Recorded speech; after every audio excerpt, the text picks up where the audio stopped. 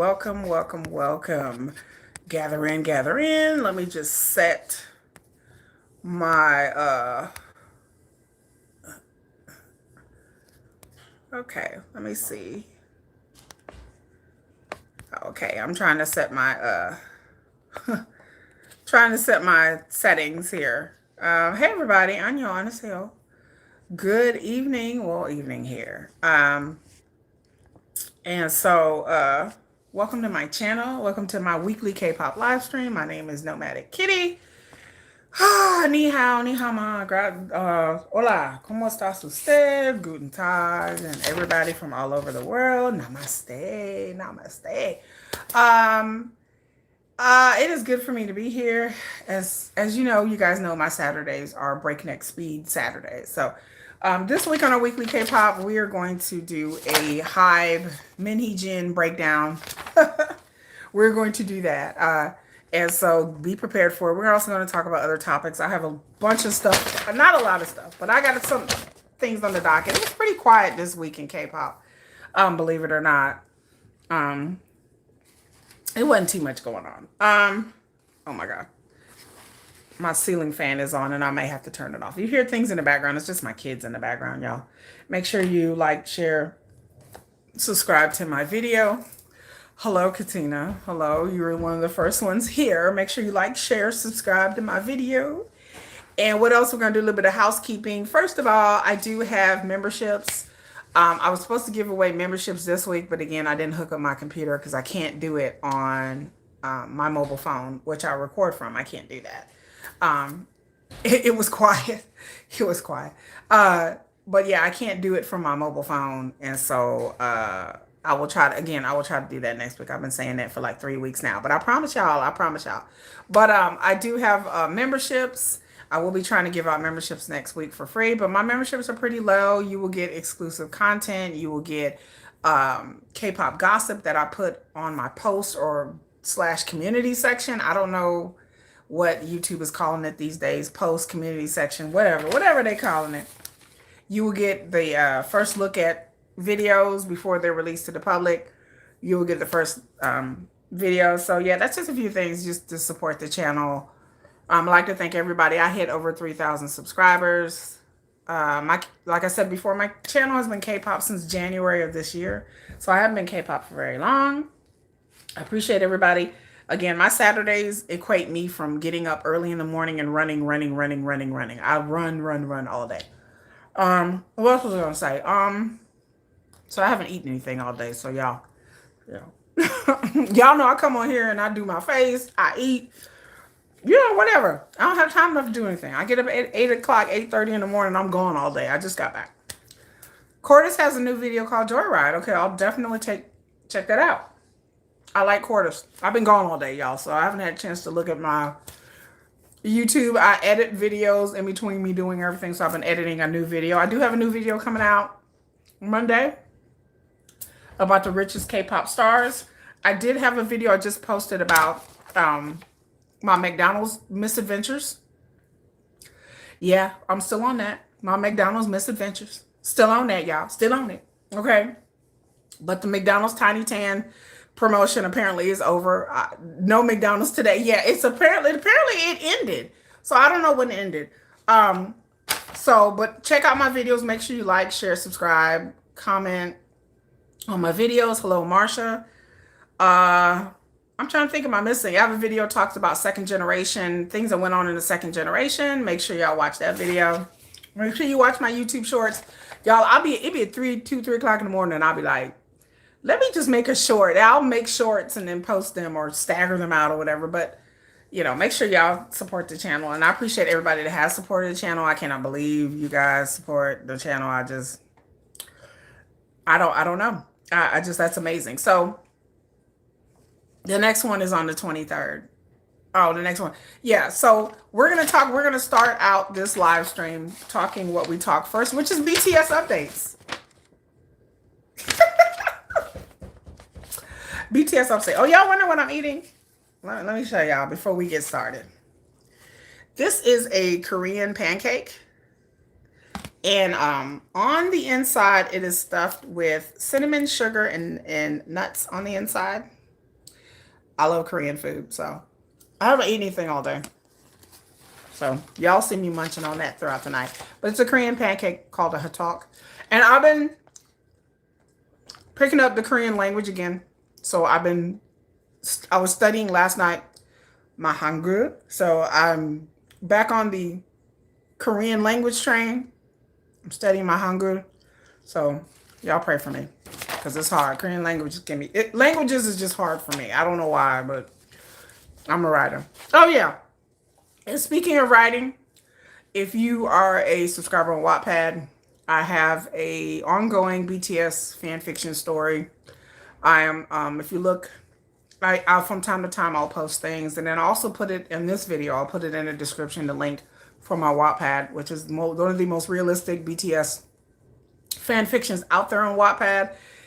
I have a lot of followers. I have a lot of readers on Wattpad. My name on Wattpad is Nomadic Kitty FF. Nomadic Kitty, F is in Frank, F is in Frank. And so you didn't miss much. I'm just getting started. Is that for my trip back to Korea? I don't know when I'm going. Hello, Shelling P. I don't know when I'm going back to Korea. I thought I was going to say October, but obviously that's not going to work. So probably spring when the BTS concert kicks off. That's when it kicks off. But yeah, y'all, if you guys are on Wattpad, please support my writing on Wattpad. Again, there's a suspense coming up, and I write in short vignettes that you guys can read. It's like 1,000 words or less, and so you guys can read one part and then go straight to the next, or take a pause and come back. I know that some of you guys subscribe to my channels, y'all found me from my writings. I know there's several members who know me from Wattpad, and they kind of follow me over here. But so that's the introduction for today. So let's get into it. Let's talk about BTS updates. Okay, who are we going to talk about first? Jimin. So Jimin hit 2 billion, what is it, views or downloads? I forgot which one. Jimin hit 2 billion for his song Who. So I got my pen here to mark things off because it's hard for me to keep up.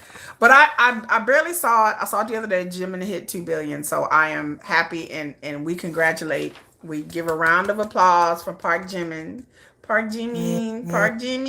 Oppa, for him hitting 2 billion for his song Who. And Park Jimin has won awards. I think he won another award. I think he won the iHeartRadio award for best K-pop singer. I think he is a blonde baddie. Yes, he's a blonde baddie, still doing his thing. And again, I've said before with this scandal with Park Jimin, I hope this doesn't drive him into the ether. Y'all see my shirt, by the way. I don't want him to be with Suga, you know. Oh, he did? Okay, yeah, he did win iHeartRadio Best K-Pop Singer. I don't want him to be with Suga in the ether, sent into the darkness, y'all. I don't want that for Jimin, and I hope that doesn't happen to Jimin. But congratulations on Jimin. He's been winning lots of awards for Who. He is one of the most underrated members of BTS because he has done, while he was in the military, his album has won so many awards.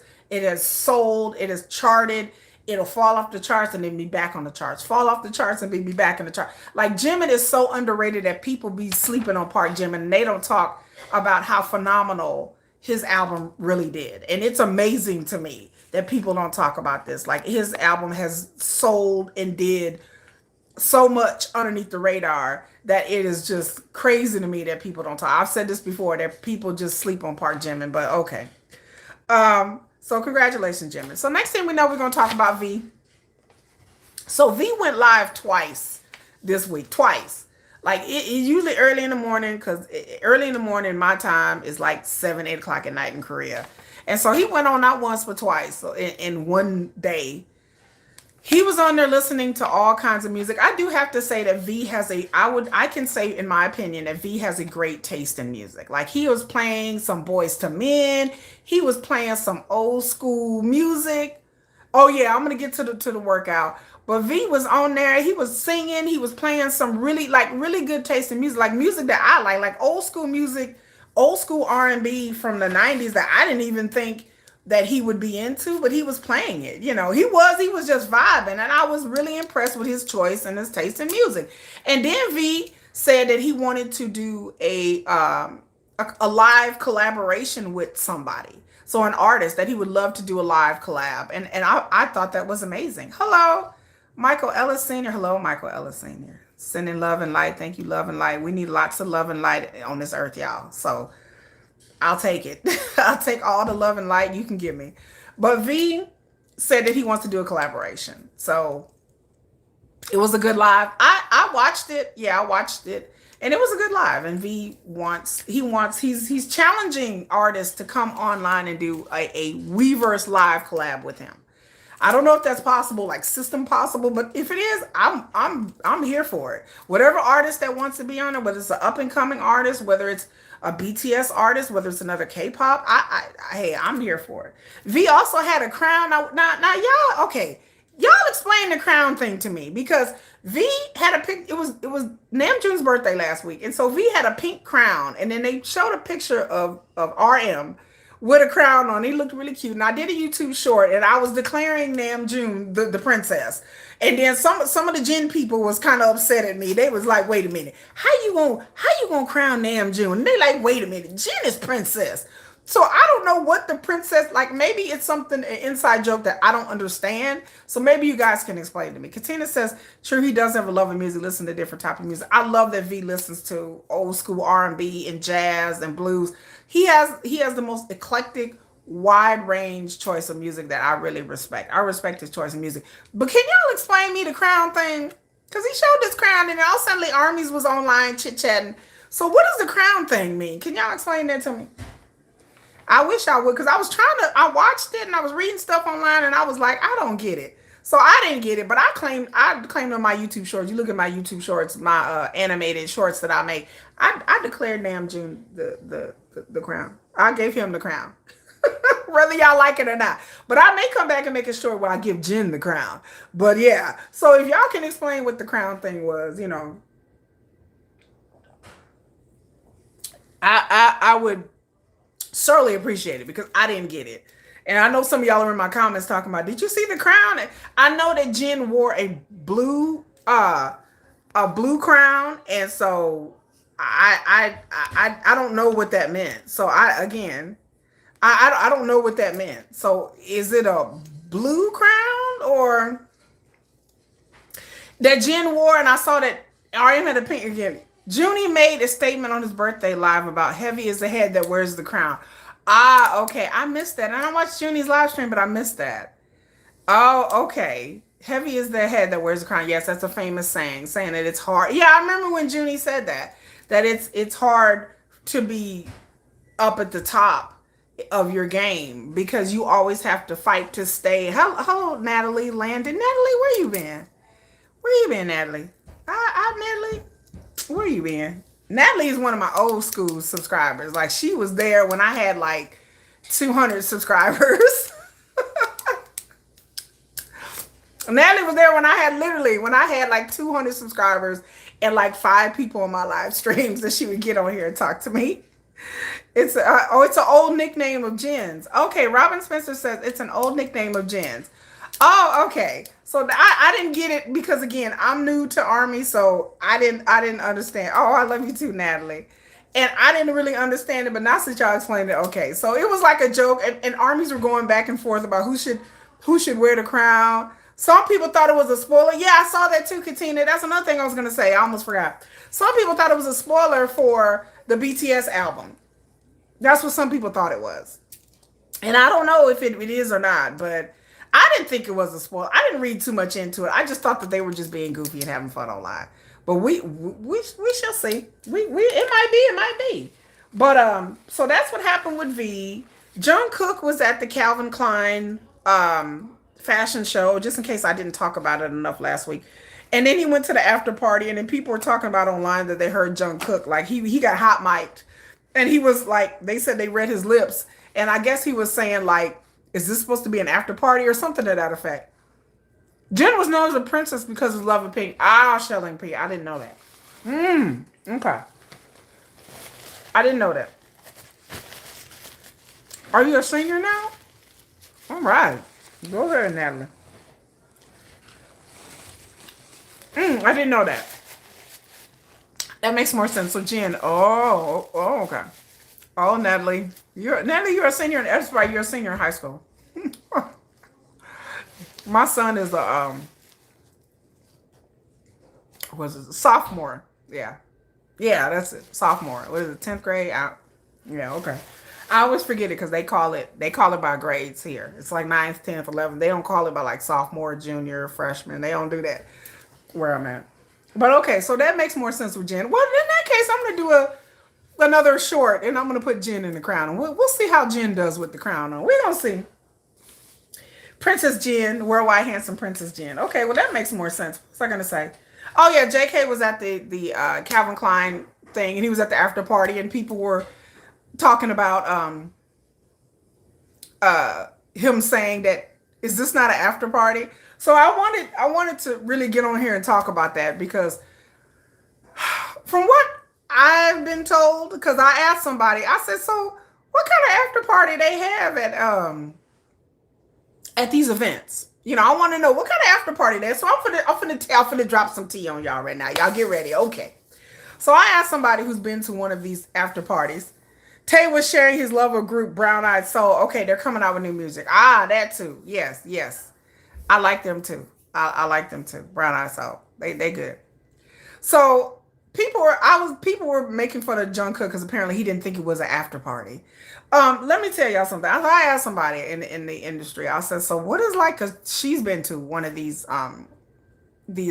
fashion show after parties. Okay, what she told me is that it's boring. She said the reason why she thought it was boring is because it's a bunch of older people, and it's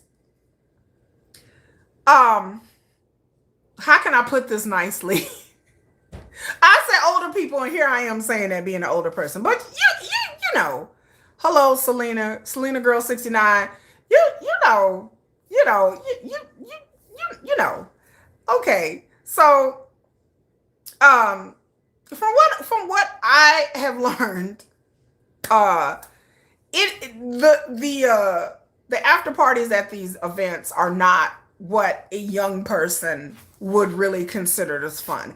At these not industry parties, but these fashion show party, it's networking, not a real party, right, Marie? So you have a bunch of older people there, people like in the fashion industry, and it's really there for them to network. You know, it's really that's what it's there for. It's not like a party like, hey, everybody, get down, break it down.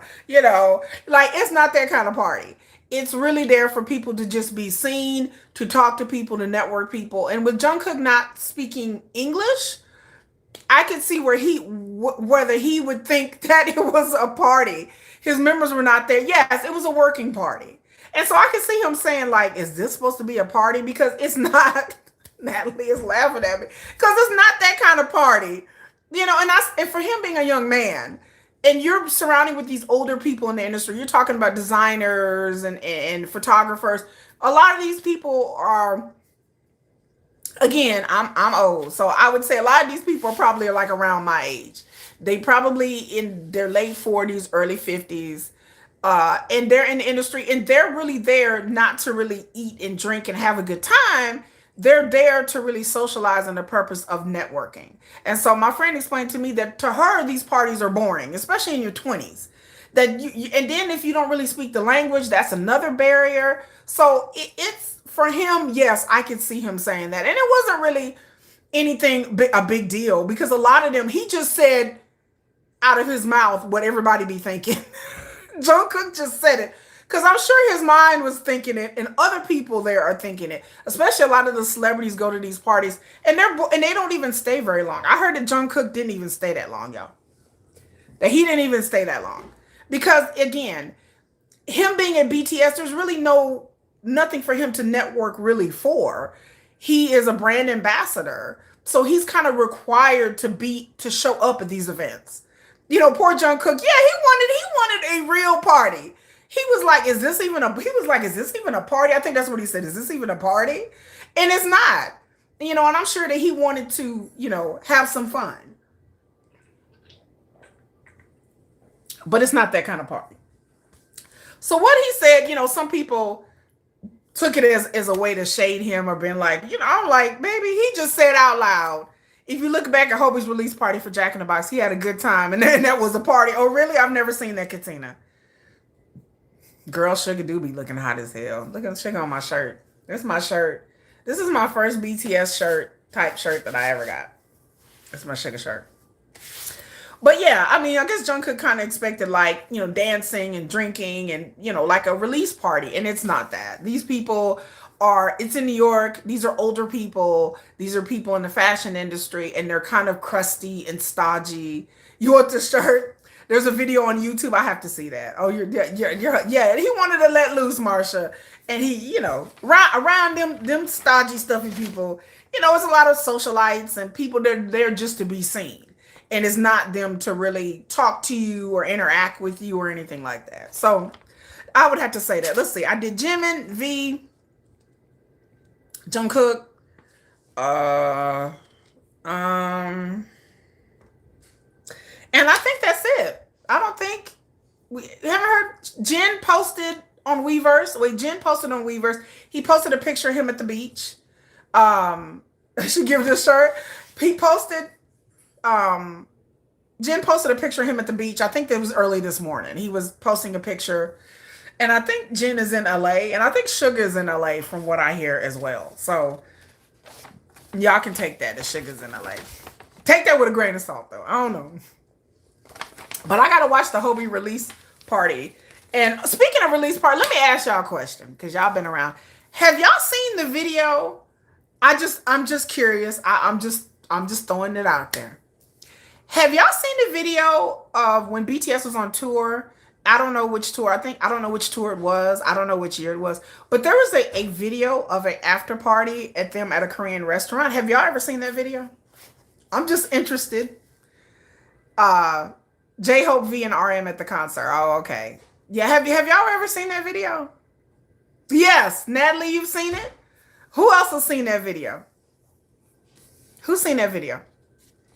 Okay, NG Phoenix said they've seen the video. Do you think Sugar will be at the opening for the Autism Center? Oh yeah, that's the other thing. The Autism Center is supposed to open up this week. Marsha's seen the video. Okay. I'm just curious. I'll tell y'all something later. I'm like, y'all seen that video? Oh, okay. I've seen that video too. So there's somebody in that video that I know. That's why I was like, hey, y'all seen this video? Because somebody showed me this video and I'm like, is that you? So we'll talk about that video later. I'm just wondering that you guys seen it. Yeah, oh yeah. V, HYBE, and RM were at the Tyler, the Creator concert. I almost forgot. And they were backstage with Tyler, the Creator. And HYBE looks so stylish and so cool. HYBE always looks so cool, y'all. I just be like. And then HYBE also went to a Louis Vuitton thing. And he took some pictures with Pharrell. And he was at this Louis Vuitton. I think they opened up like a museum. And he was there taking pictures. And HYBE was looking. I just be like, HYBE, really?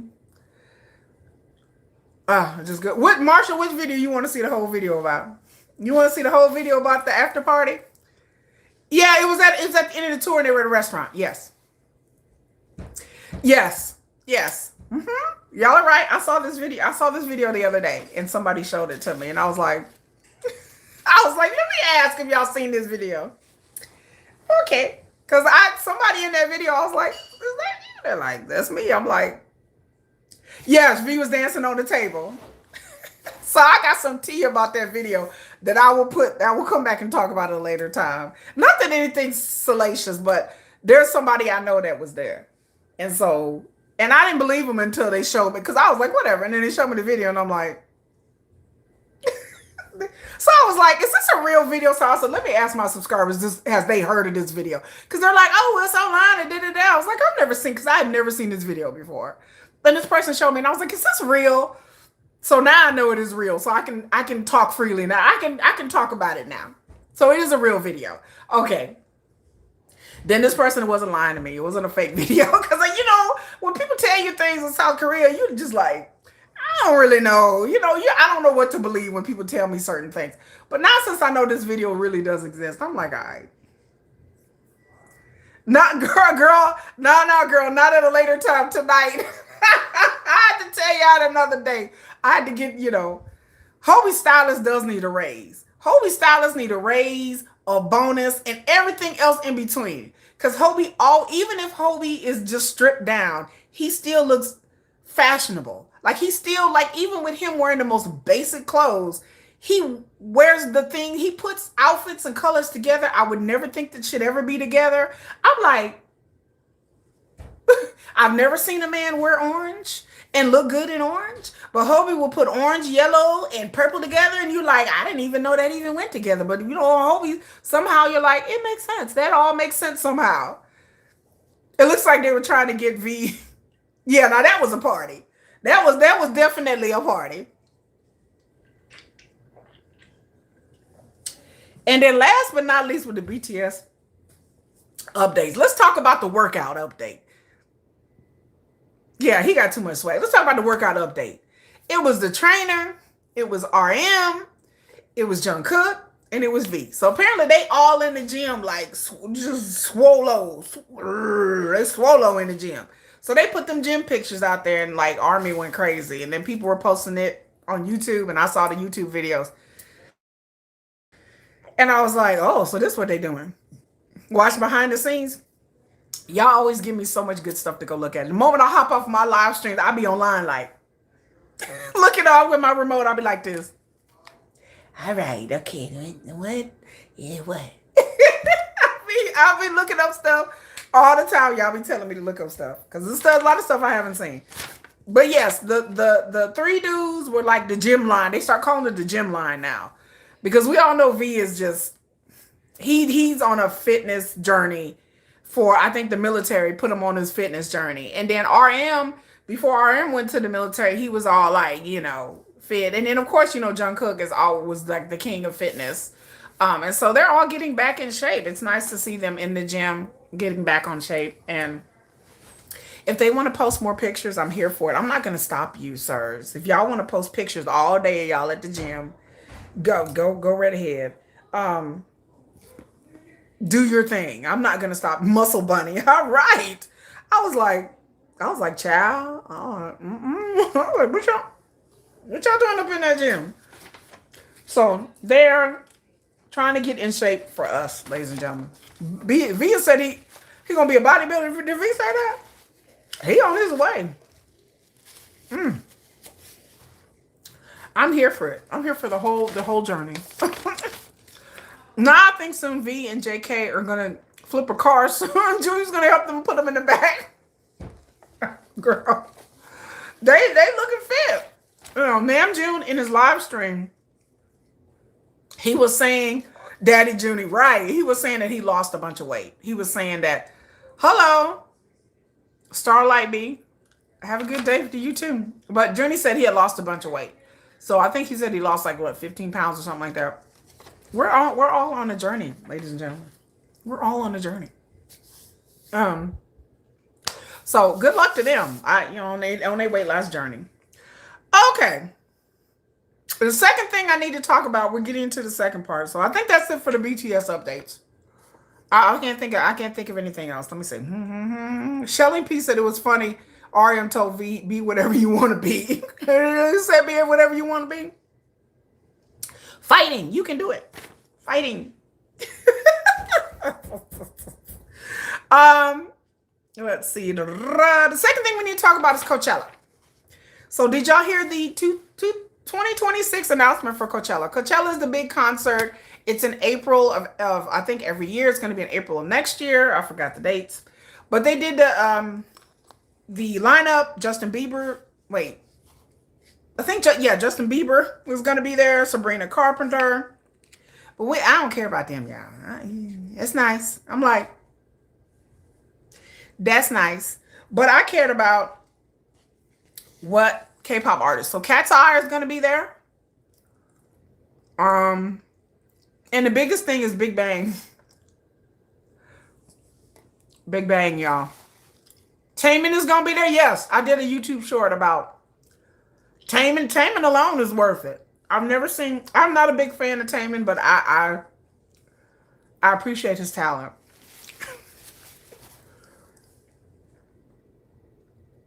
That man is gifted. Okay? He's gifted in ways that I can't really get into right now, but Taemin is gifted. It's a gifted man. Okay. I saw a video of Taemin like late at night one time, and I was like, let me just flip through the channel because y'all know my YouTube recommends is fire. So my YouTube always recommends all kinds of BTS, and they started recommending Taemin, and I'm sitting there watching, and I'm like,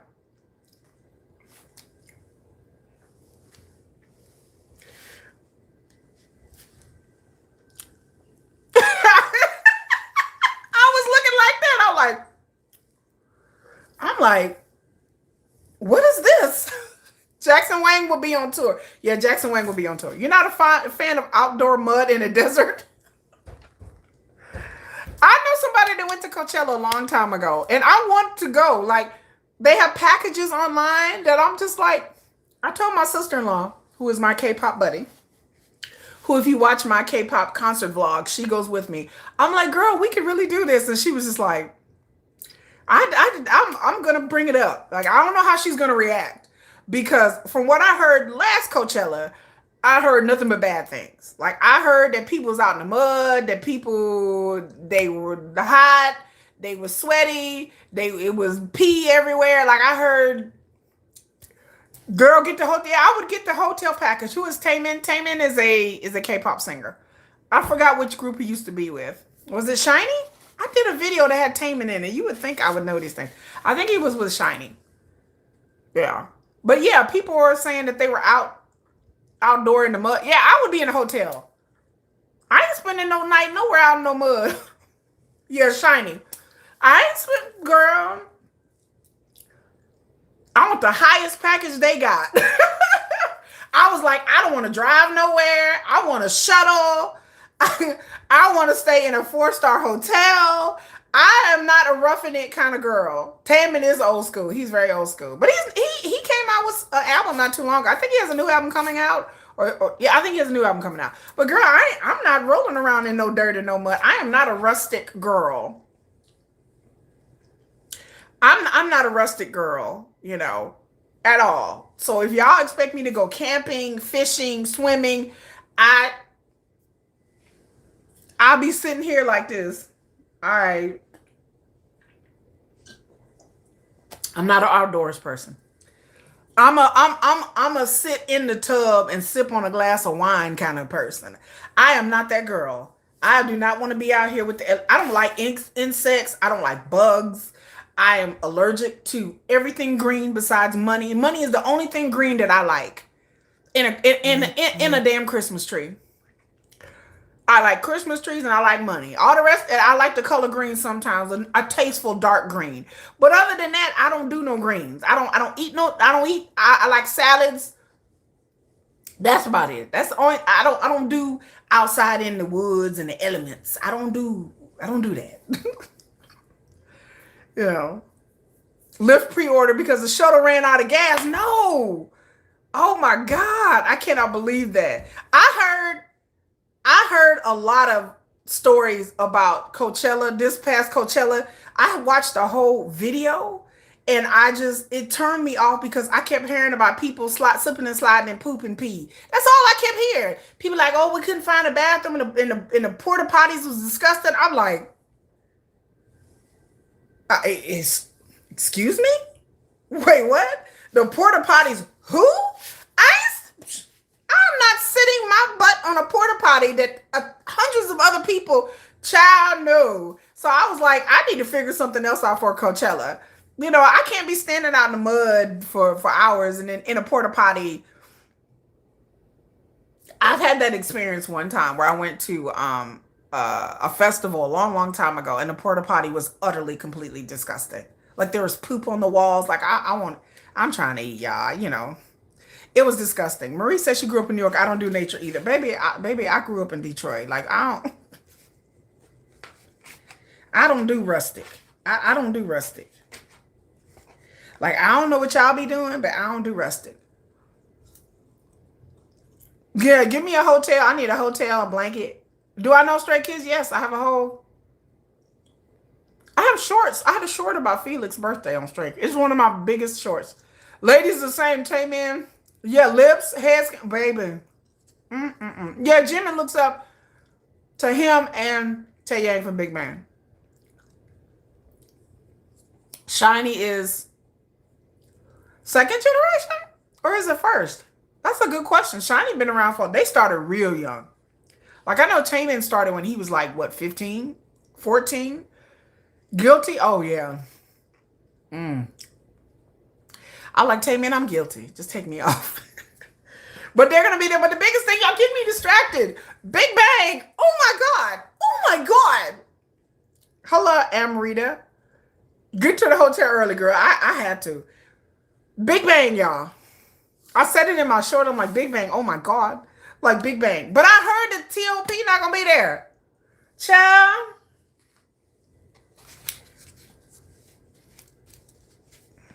It's just, I don't even know what to say. Because I was like, is Top going to be there? They like, nah, T.O.P. ain't going to be there.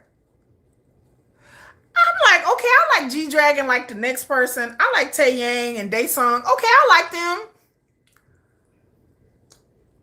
But I can't do that, you know. They still, girl. I know that, ooh. Between Sugar and T.O.P., I don't know which one I like. I like Sugar the most, of course. But T.O.P., I was a fan of T.O.P. before Squid Game. Because, of course, I'm a rap line girl. So, of course, I like Top.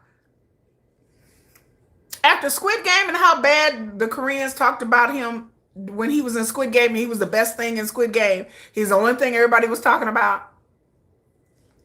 And they're still mad. And I don't think the big, you know, recently the Big Bang members had a reunion. Do y'all know that?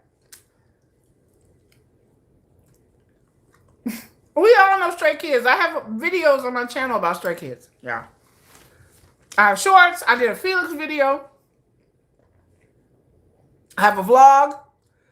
And I have a video about the history of Stray Kids. Koreans hold a grudge like an MFer. Like Koreans don't never forgive, not stuff like that. Like I said, I've talked about it before, but I don't want to go to Coachella unless Top is there. If they do not have T.O.P., I don't want to go. They ain't never going to let it go. Like the same thing with Sugar. I kept telling y'all, I've been telling y'all this for over a year. The Sugar thing happened last August. And I told you that they not going to let it go. Do I know in Hype? And I went to their concert in 2022, I think. Or 2023, I went to their concert in Hype. I'm not a fan of Stray Kids, but I do go to a lot of concerts. We were supposed to go to the TXT concert, but yeah, it didn't happen. But keep me informed. I keep you informed. But I keep looking. I've been looking online, seeing if T.O.P. is going to be at this Coachella. And from everything that I've pulled up, he is not. So I'm not trying to get excited because T.O.P. is not going to be there. So from everything that I read, because T.O.P. has said even himself that he doesn't want to embarrass or shame the group. Which, to be honest with you, let's just keep it real. How did Big Bang book? I'm like, okay, I really want to know how did Big Bang even book Coachella? G-Dragon is on tour, and G-Dragon is very popular in Korea and in Asia. And popular, period. G-Dragon got a lot of things going on. But did they get that deal because they thought T.O.P. was going to be part of it? Coachella's in California. T.O.P. is able only now to really step back into the light. Yeah, because of Squid Game, the international fans. She said no because they salty at BTS and TXT not using TV and help from the big three JYP.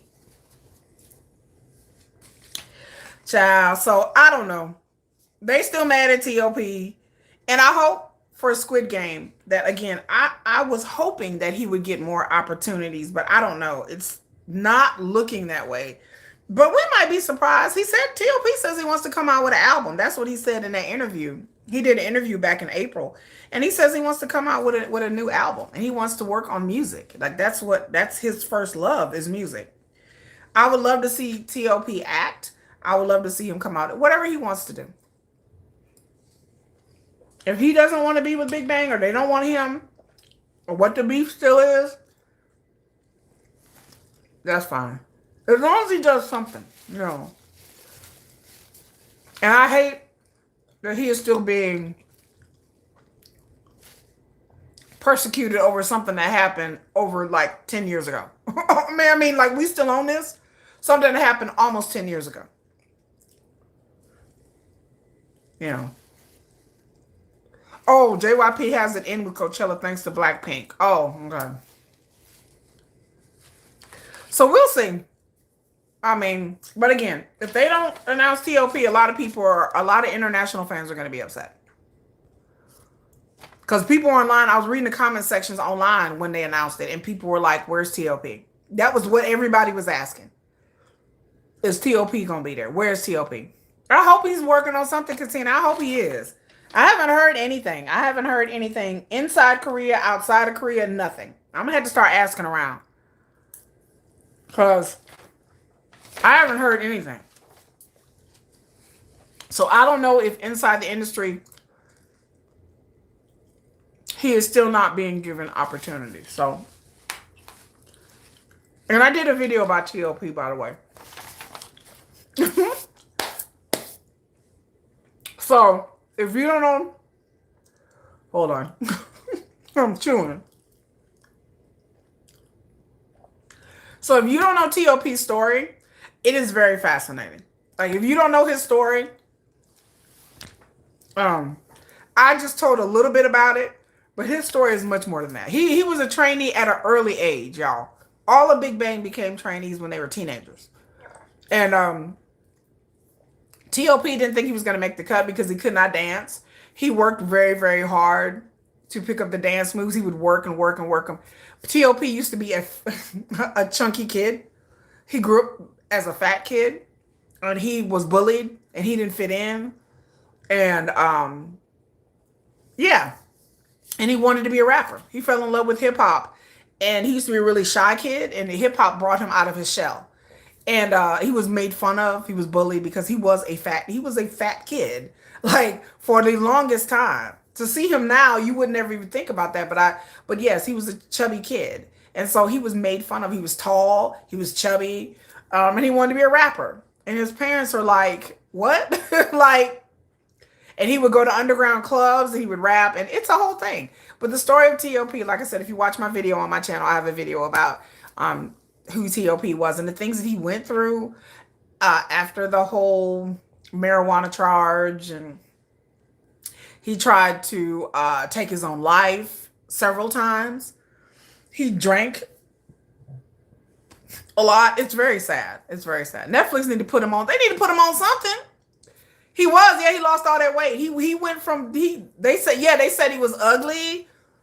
Have y'all seen? Wait a minute, hold on, y'all.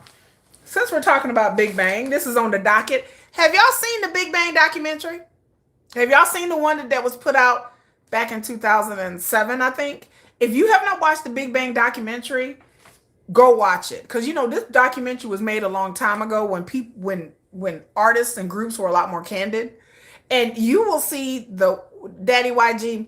That's why I call him YG Daddy. YG Daddy is on there, and he's just merciless with his, I mean, he's not rude. He doesn't raise his voice, but he is very, like, blunt and straight to the point with his criticisms, each one of them. That BigBang, there used to be 6 of them, and then one guy got cut because they said he was too immature. Like, it's the whole thing. If you have not seen the BigBang documentary, look it up online, you know, and then y'all come back next week and we will talk more about it. It is on YouTube.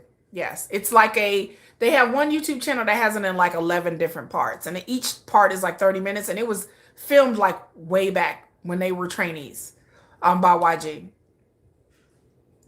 YG was Daddy YG was Daddy ain't one playing. He was just like, you can't dance, you are too immature, you don't have a foundation. I was like, dang. I'm like, whoo.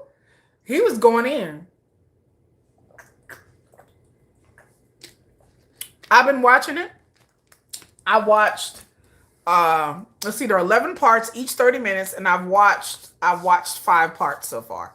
So I've almost watched half of it. It is very fascinating. It's very fascinating. I didn't even know this existed. It came up in my YouTube recommends. I was watching a bunch of BigBang videos. I was doing research for my video where I talked about second generation. And so all these BigBang things started to pop up, and I was like, okay, let me go. And then I saw the documentary, and I was like, is this the documentary? I didn't even know this even existed, but you know, but then again, I'm not a VIP. before facelifts were in. It's very fascinating. You get to see a real candid look at a boy band. Like, there are things in there that'll make you uncomfortable, how they talk to each other, you know. And so you will see all kinds of things. Like, you will just hear them making fun of each other, like getting annoyed with each other. Like, it's very, very interesting. Um, Very interesting. So when you wherever y'all find that video, and I will finish it probably this weekend, like today or tomorrow, and then y'all be able to see it, and it's very interesting. So and again, if you have not watched my video where I talk about the second generation and things, yeah, go watch it after live. You will be like, it's very candid. I learned more about Big Bang because I didn't know that much about them. I knew about T.O.P., but I didn't know about G-Dragon I didn't know G-Dragon was the leader of the group. I didn't know G-Dragon, he was a total package. He had the dance moves, the rapping. I know G-Dragon been rapping since he was 12, 13 years old. And G-Dragon's story, I'm going to get around to doing that video because G-Dragon's story is a story of utmost tragedy.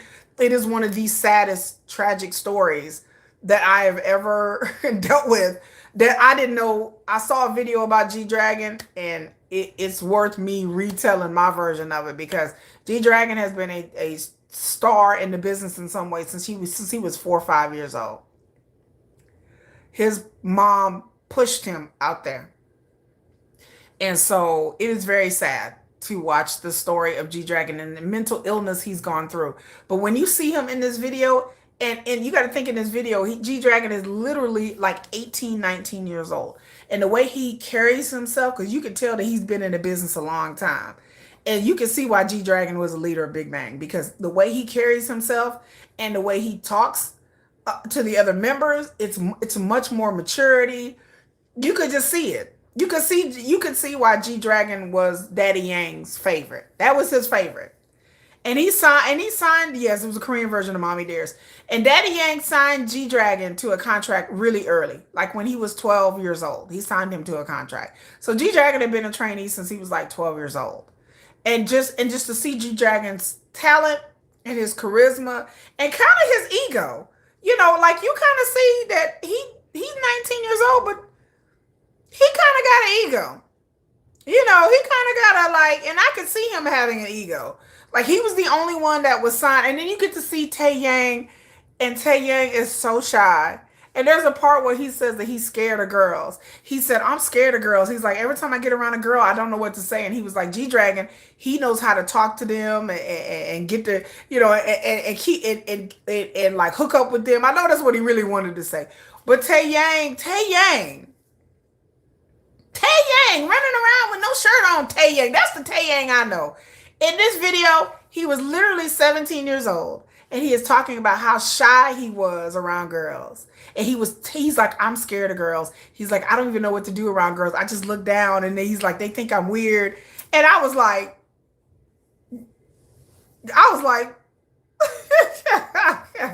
oh, Girls' Generation. Yeah, Girls' Generation. ATP 86 Hey. They used to make, G-Dragon write the songs like every day. Yes, he's seen a lot, Marie. He's been in the business. Literally, G-Dragon's been in the entertainment industry since he was 5. He was a trainee since he was 12. He was in a hip-hop dance group when he was 5. His mom made him sing, dance, act, rap, all of it. So you can understand that over the years, like, how that would be harsh. Yeah, they had another member before. I forgot the guy's name. I forgot his name. But he got cut from the group. That's what we were talking about. He got cut from the group. Yeah, Taeyang and all of them were young. T.O.P. was young. Daesung was young. I kind of feel bad for, what is it, Daesung? I feel bad for him.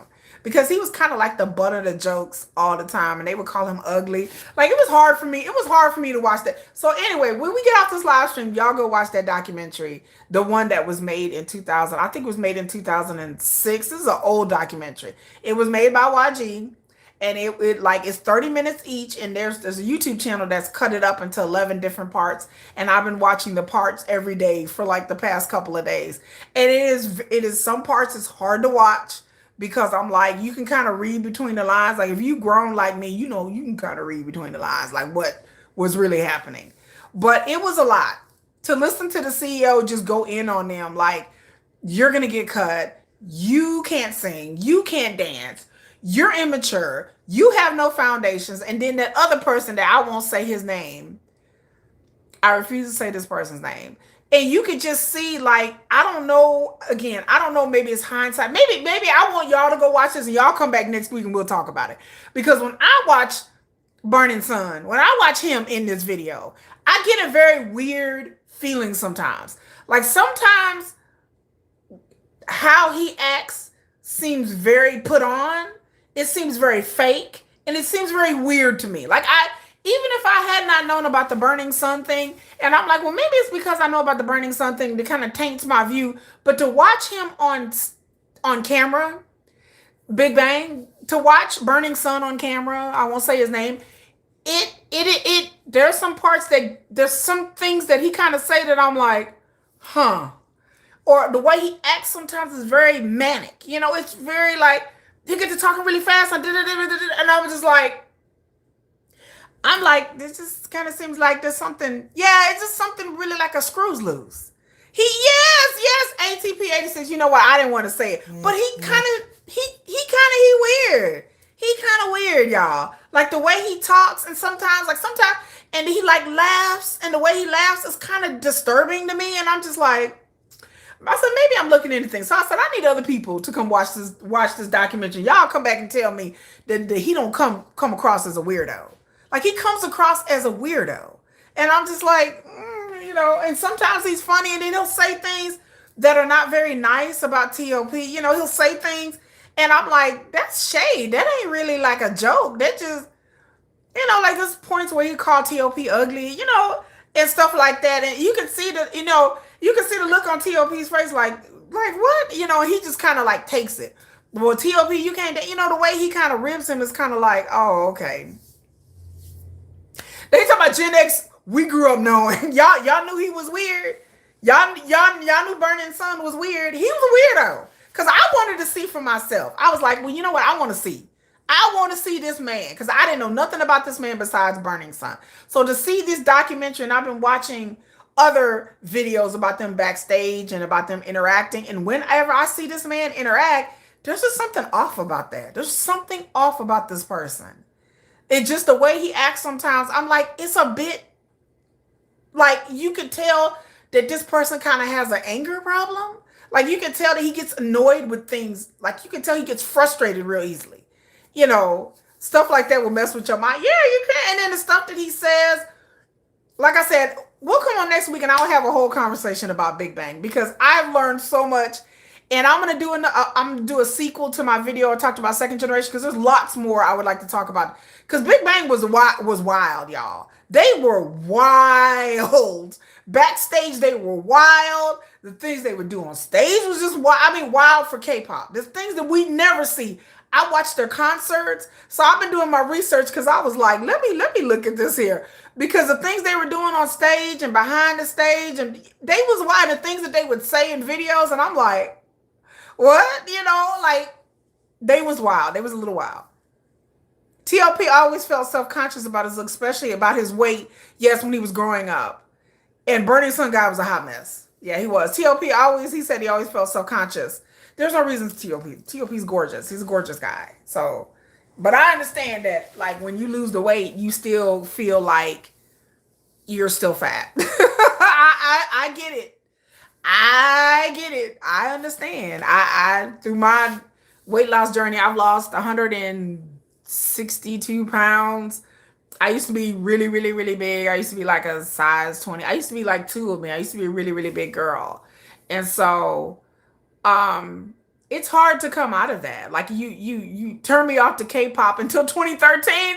Girl, that man be enough to turn anybody off of K-pop the way he was acting. I was just like, that's just weird. But I understand that when you are a person that loses a bunch of weight, you still feel like a big person on the inside. You still feel self-conscious about your body. Oh, thank you, ATP 86. Yeah, I went on my weight loss journey after I had my first child. No, actually before that. So it's been 15, my son's 15. It's been 15 years since I kept it off. And I used to be a big girl. Big girl. I have to show y'all pictures. Y'all be like, because people are like, is that you? I'm like, that's me. It doesn't really even look anything like me. So I have to show y'all one day. Y'all see pictures of me when I was at my, and the pictures that I have is when I wasn't even at my heaviest. Again, I used to be a size, at my heaviest, a size 26, at my heaviest, 24, 26. I think now I'm a size, I think the last time I put some clothes on, I think right now I'm a size like 11, 12. So I went from a size 26 to a size 11, 12. At my skinniest, I was a size 8.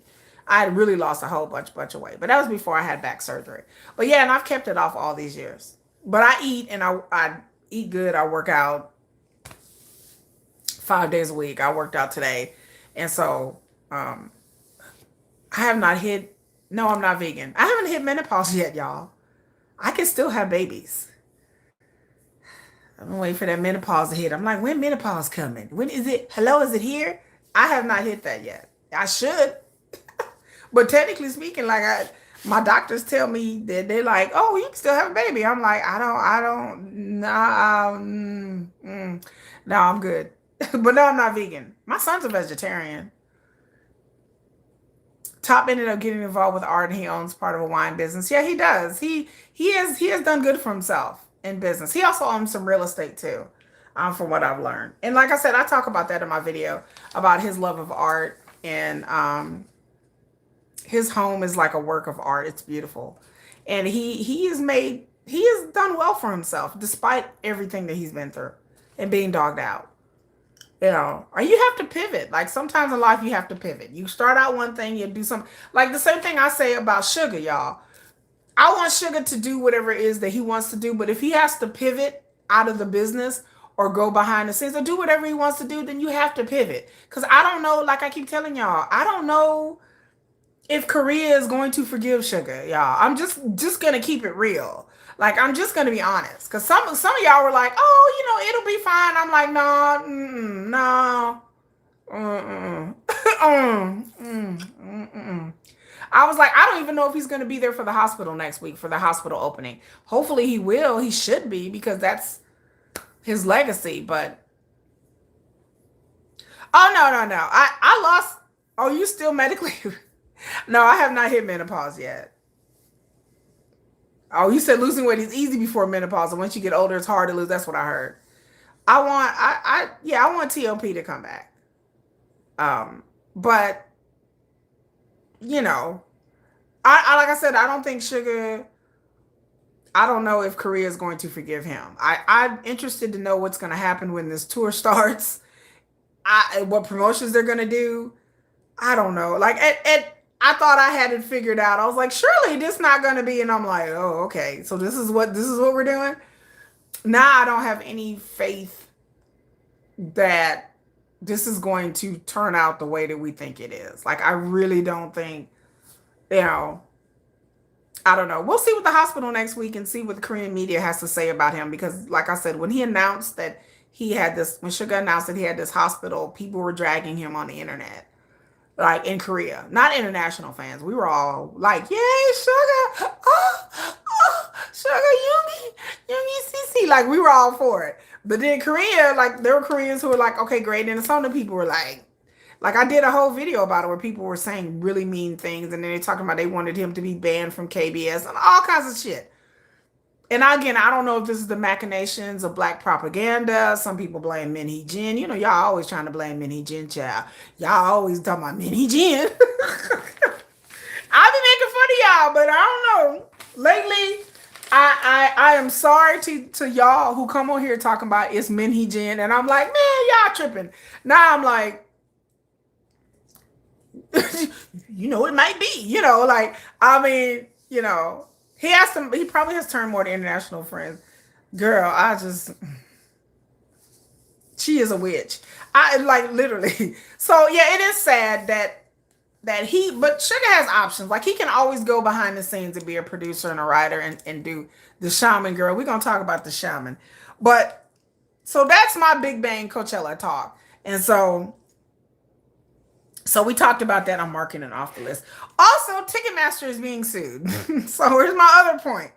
So Ticketmaster is being sued by the FTC because the FTC is saying that Ticketmaster, which they do this, okay, they have it to where corporate companies and people go online and they buy a bunch of tickets and then they resell them for a higher price.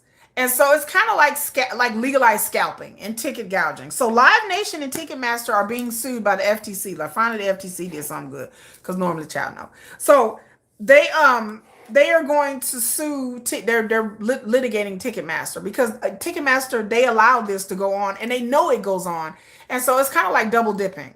So person goes online and buys all these tickets and then they resell them, and then they found out that Ticketmaster has been doing this themselves. So Ticketmaster has been accused also of having adjacent people or companies go online and buy these tickets and then resell these tickets for a higher price. So they're getting money from the initial sale and then also the resale.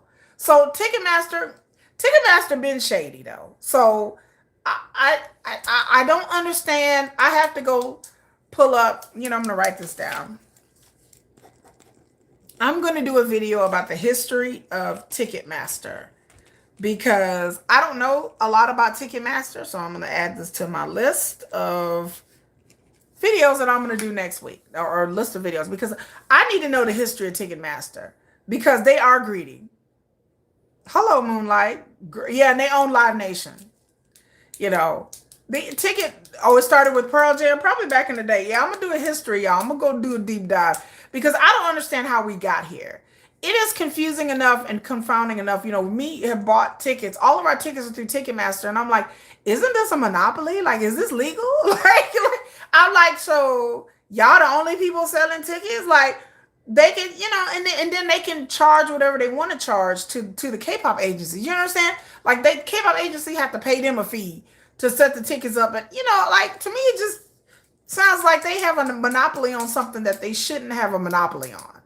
And I don't ever remember when I was going to concerts when I was many years ago, 25 years ago, when I was going to concerts in my 20s, because before K-pop, the last concerts I went to was in my 20s.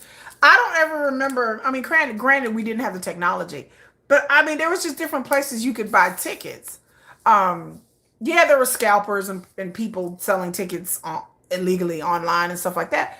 But then, like, it wasn't as convoluted. Like the system that Ticketmaster has is kind of convoluted, and the registration and all that kind of stuff.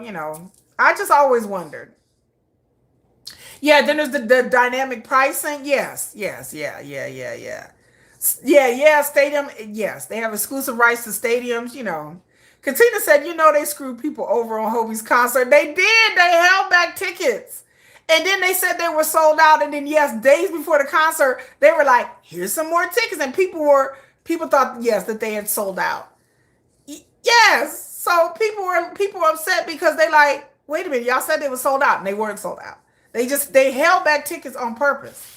Yeah, so fans have had problems with Ticketmaster apparently for a long time. Again, I'm new to all this because I didn't go to concerts before this. So I'm definitely have on my list of videos, and I'm going to do a deep dive into the history of Ticketmaster and how this all got started. But the FTC is suing them, so they are shady. And so I've heard over and over again from years that they've been shady. But then again, like I said, I'm new to the ticket buying experience. And all I can tell you from my experience, we've gotten good prices online, but then sometimes depending on the artist, it can be a convoluted process. Used to go to customer service counter, right? Yes, I remember back in the day, we used to wait outside in line. I talked about that in my video. That I said, y'all remember when we used to have to sleep outside the box office or wait outside in the box office? We actually had to physically wait outside the box office. People would line up and have tents, and they would sleep outside and line up in front of to purchase tickets. That's how it used to be back in my day. Like, we didn't have all this online stuff. You actually had to physically go to the stadium and line up at the will call office. and line up, and people would camp out, and people would spend weeks, just depending days, nights, hours, weeks lined up for tickets. And so that's how it just used to be, you know. Y'all remember them days? Yeah, you got your tickets 2 days before the HYBE concert in New York. Oh yeah.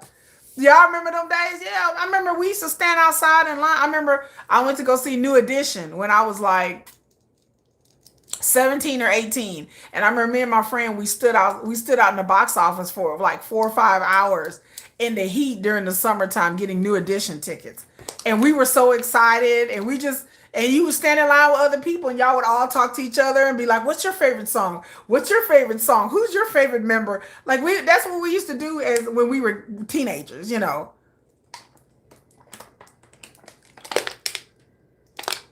Those were the days.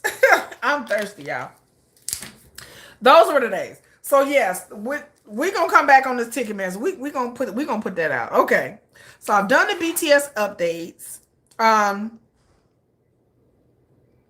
So let's get into the main dish, which is the Hybe-Min Hee-jin round of it. First of all, if you guys have not watched Hybe Boy, please watch his channel. He puts a lot of updates, and then also I go on Korean media and look it up.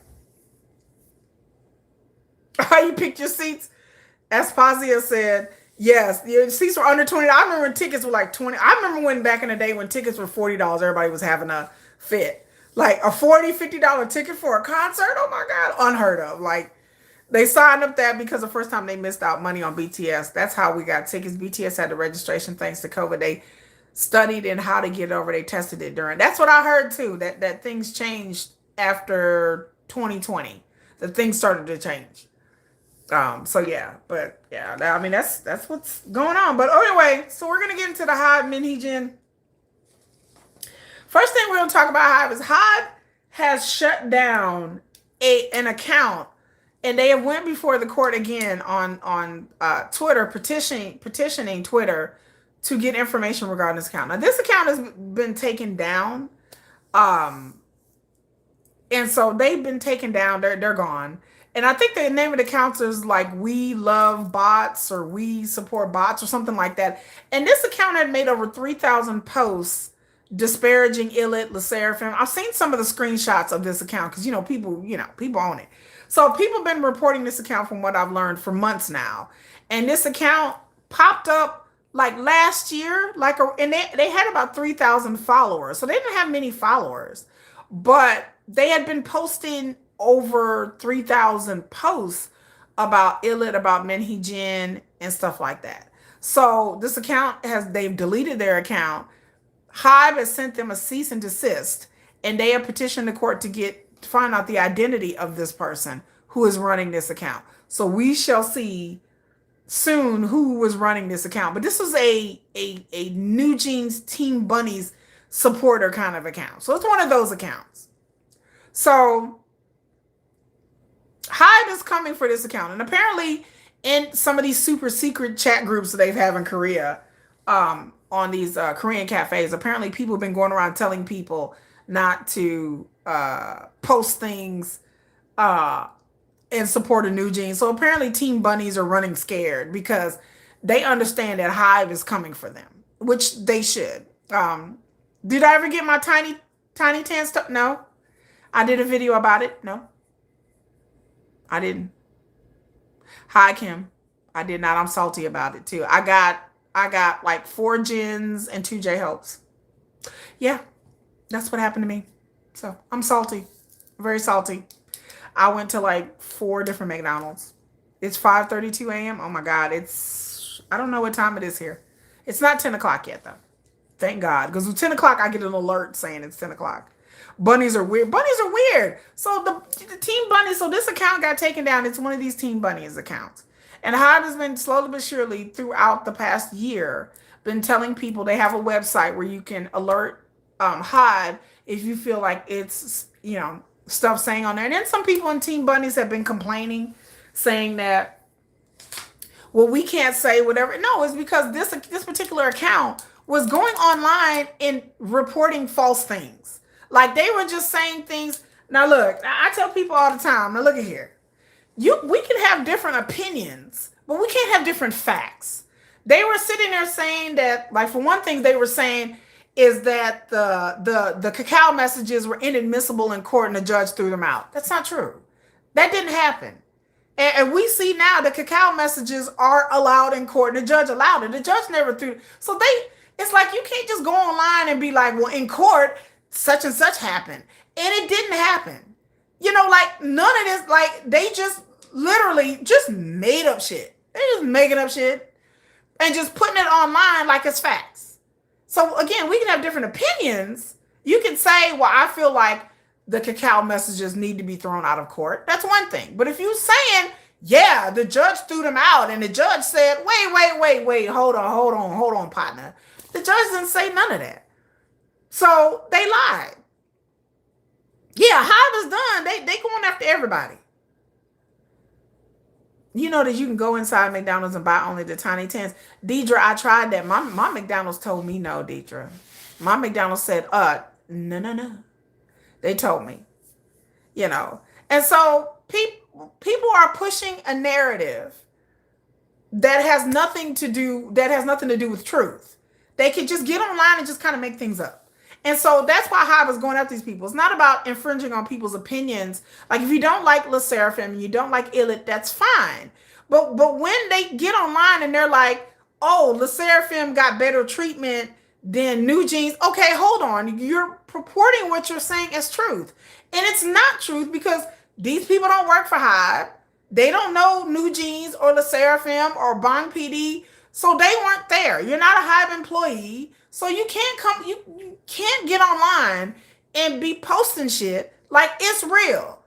You have to say, this is my opinion or allegedly or what I heard. But people do this kind of things on purpose because it brings clicks and views and it gives some kind of validity to what they're saying. So yes, HYBE should go after these people because again, you can have an opinion, but when you come in comment sections and you're like, yeah, this and this happened, and you don't know for sure, you weren't there, you're not a member of LE SSERAFIM, so how would you don't work for ADOR, so you again, there's opinions and then there's facts. And you may not like HYBE, you may not like LE SSERAFIM or ILLIT for whatever reason. You may be team Min Hee-jin all day, and frankly, I really don't care. But the point is, you can't set up whole accounts dragging ILLIT and reporting all kinds of things that they had plastic surgery and that they did this and did that like it's truth. Because none of these things can be corroborated or backed up nowhere. They just slandering these groups for no reason because they're Team Bunnies. And so HYBE, like to the Team Bunny people may be watching, HYBE is coming for you. And they should come for y'all because they've had free reign for too long to get in people's live streams. I've had them come to my live stream. I've had them comment on my videos and shorts with just straight up lies. I'm like, no, that's not true. Where are you getting this from? They are just literally regurgitating and just spouting out hateful things to groups that are innocently are just fodder in Min Hee-jin's whole plan and everything else. Those people are attention seekers. Yeah, they want clicks and views. Bunny blew up their career. Yeah, they want clicks and views. So it's like, I don't understand how anybody would be part of this fandom when they're so toxic and they're so hateful. And their group is not winning. Your group New Jeans have not put together no music. They ain't did nothing in a year, over a year now. They have not put out no music. That's what they supposed to be. They supposed to be a K-pop group. They not performing. They not putting out music. They can't perform. They can't put out music. The judge said, no, you can't do that. I remember when the judge came out and said that, and Bunnies was like, no, they can still produce music. I'm like, how? They're going to get fined if they do. What are y'all talking about? Like the Delulu, this is real with them. And New Jeans still ain't produced no money. They dead in the water. They are dead in the water. The sharks are swimming around them. Like nobody is going to want to work with these young ladies ever again because of all of this.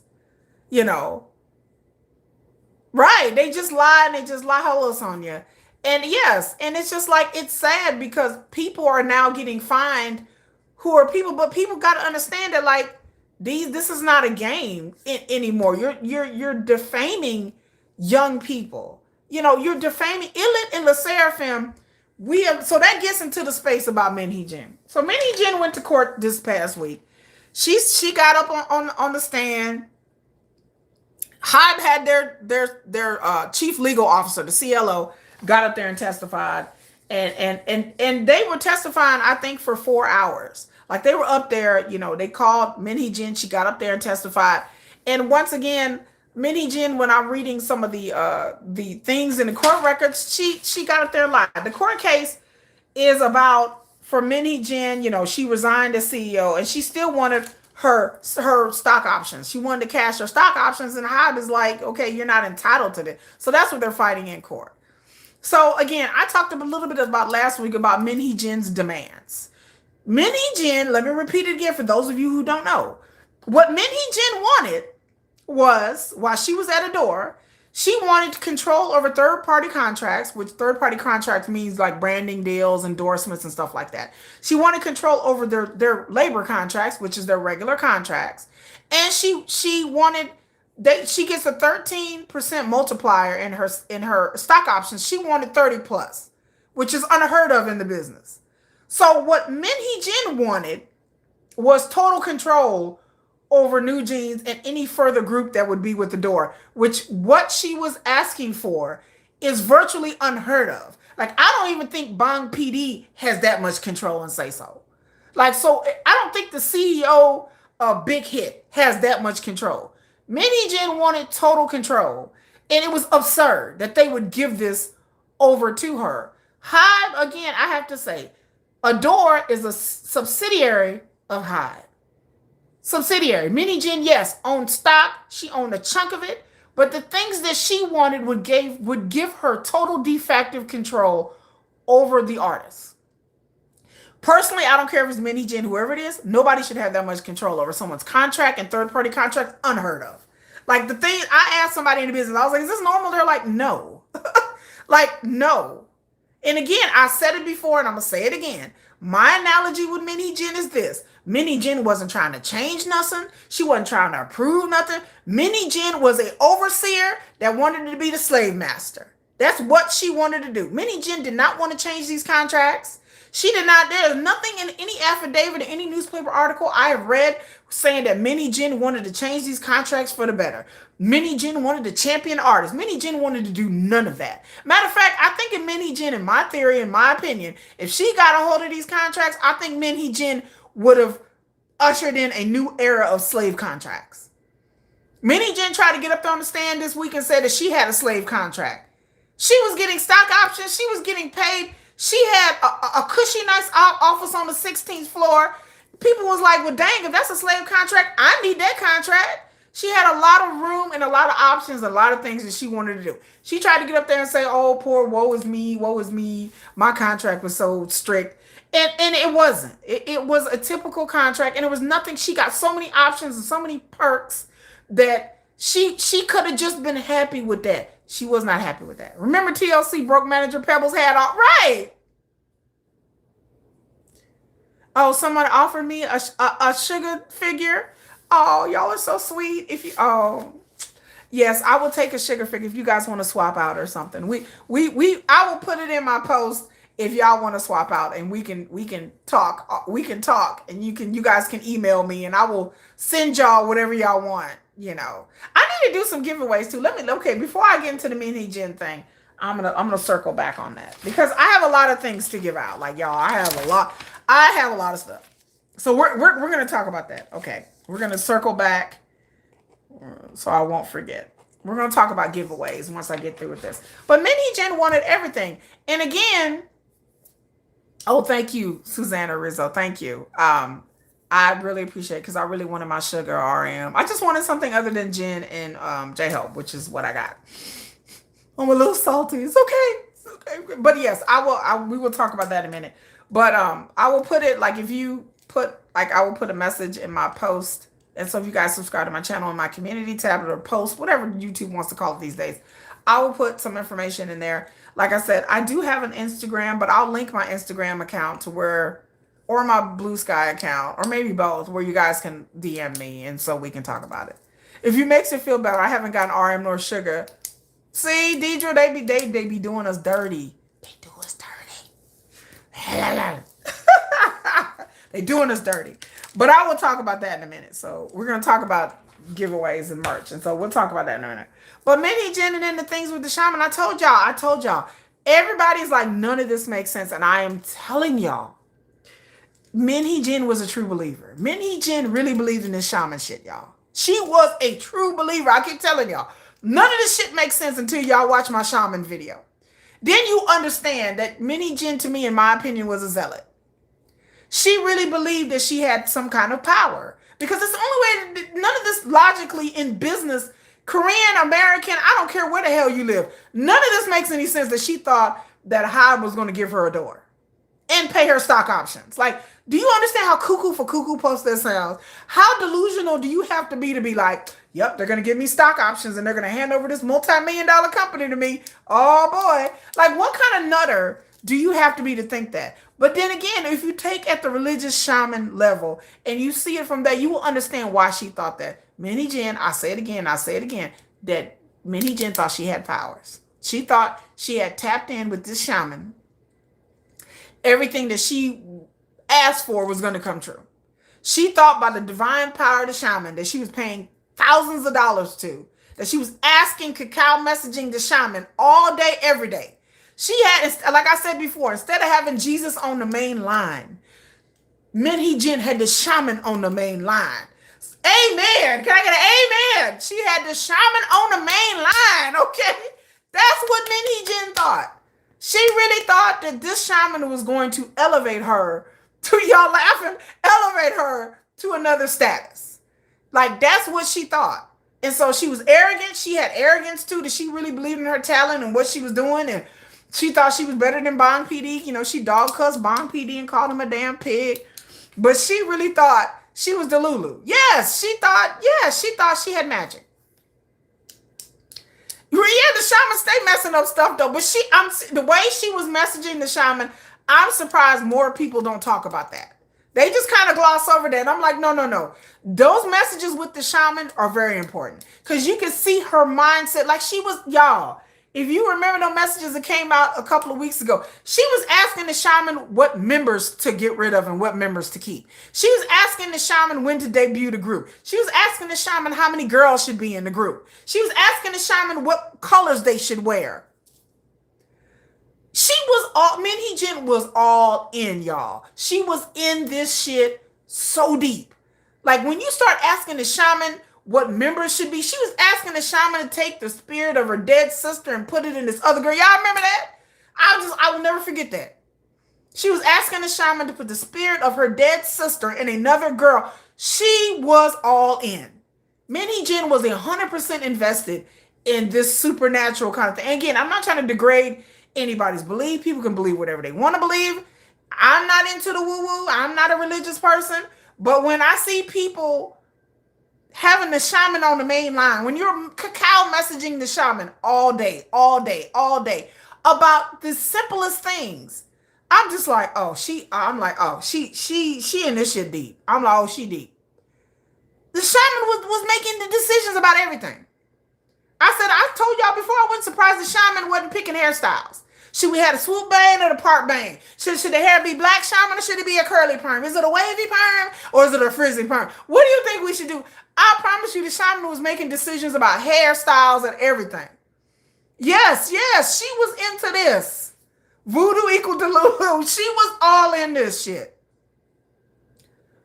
Yeah, there's religious belief and then there's fanaticism. And again, this is just my opinion. The way she was messaging this shaman 24 hours a day about just anything and everything. I'm like, she a true, ladies and gentlemen, we have a true believer.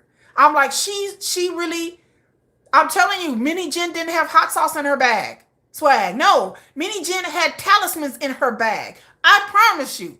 This woman had talismans all over her house, in my opinion. I promise you go to this woman's house, you would see some things, you'd be like, what's that over there? Min Hee-jin did not. She talking about, Beyonce talking about she had hot sauce in her bag. Min Hee-jin said, I got talisman in my bag, swag. You know, I'm telling you, she was all into this kind of stuff. I'm surprised that Min Hee-jin didn't have something in her purse, in her bag. and a car. She probably had all kind of talismans and blessed jewelry. I mean, I don't know. I'm just like, okay. Like everything tells me that this person really thought they were going to win because they had some kind of supernatural powers. Um, that's why them and their parents are hypnotized. There you go. I've said it before. Everybody, y'all laughed at the shaman. Y'all was up here giggling and kikiing and a caw and y'all like, oh, Kiki, you so funny, girl. I was like, no, for real. Like, y'all like, how would the parents believe this and why would the parents go along with this? I don't know what the parents' beliefs are. The parents, I told y'all before, we don't know a lot about the parents. I don't know if the parents is in this shit too. The parents could be true believers too, y'all. If she's into the shaman and she telling her, the parents are into the shaman or some of the parents into the shaman or they believe in the shaman talk to the parents. Child, we don't know what the parents believe. But it would explain why, because you're like, what parents would go along with this harebrained crazy scheme? If they into shamanism, they would. Maybe the parents are into this. Maybe the parents are like, yeah, we got a good shaman. Things are. Maybe she got the parents into it. Yeah, she was talking about the shaman and her dead sister. Like, I was like, this is just weird. Like I said, Min Hee-jin, she wasn't sipping wine in a bathtub on the weekend. She was slaughtering a pig on the weekend. Every weekend, she like, come on, pig. You know, she was slaughtering her and the shaman was slaughtering the pig and putting the coins in the eyes and the mouth. That's what goes on in shamanism. So I said, I wouldn't be surprised every weekend Min Hee-jin was out here paying the shaman to go get a pig and slaughter a pig for good fortune. Because that's how deep she was in it. And so when you get some of these elites into this, and I'm telling y'all, look, I could do a whole live stream about the elites in religion here in America and also abroad.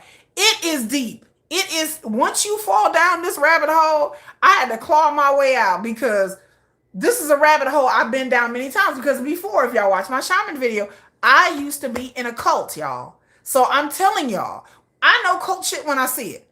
I know cult, I can decipher cult speak. I'm like, oh, okay, I know what's going on right now. For somebody who used to be in a Christian cult, I'm telling you, I know cult shit. When I know people who have been indoctrinated, I know how they talk. And then when I call them on it, they get shot and they run off. Because I've called many people. I'm like, wait a minute. Hold on. I'm like, I know what this is. Because I can read between the lines of somebody who's been in a cult. And I know what cult shit is. And I'm telling you, this is cult. My kids laugh at me all the time. They be like, our mama know what cult is. I'm like, right, I've been in one. I was in a cult. That's why she needed constant connections with the shaman. The entitlement of her past sister of it all. Yes, it sounds weird to us and wackadoo. But I'm telling you, she was serious about this stuff. I feel like, in my opinion, Min Hee-jin was very deep off into this stuff. And we don't know how long she's been into this. This may have been going on through her whole career. And again, when people have success and they into this type of shit, they start to believe it more and more. Min Hee-jin worked for SM. She rose through the ranks of SM. And like I said, I just feel like she really thought that her career path, in my opinion, that was because of the shaman. I feel like she thought that she had success in her career, not just in her talent, yes, but I also think that she may have felt, just again, in my opinion, that the reason for her success could have been her talent and the shaman and the supernatural and the gods and the spirits and all that.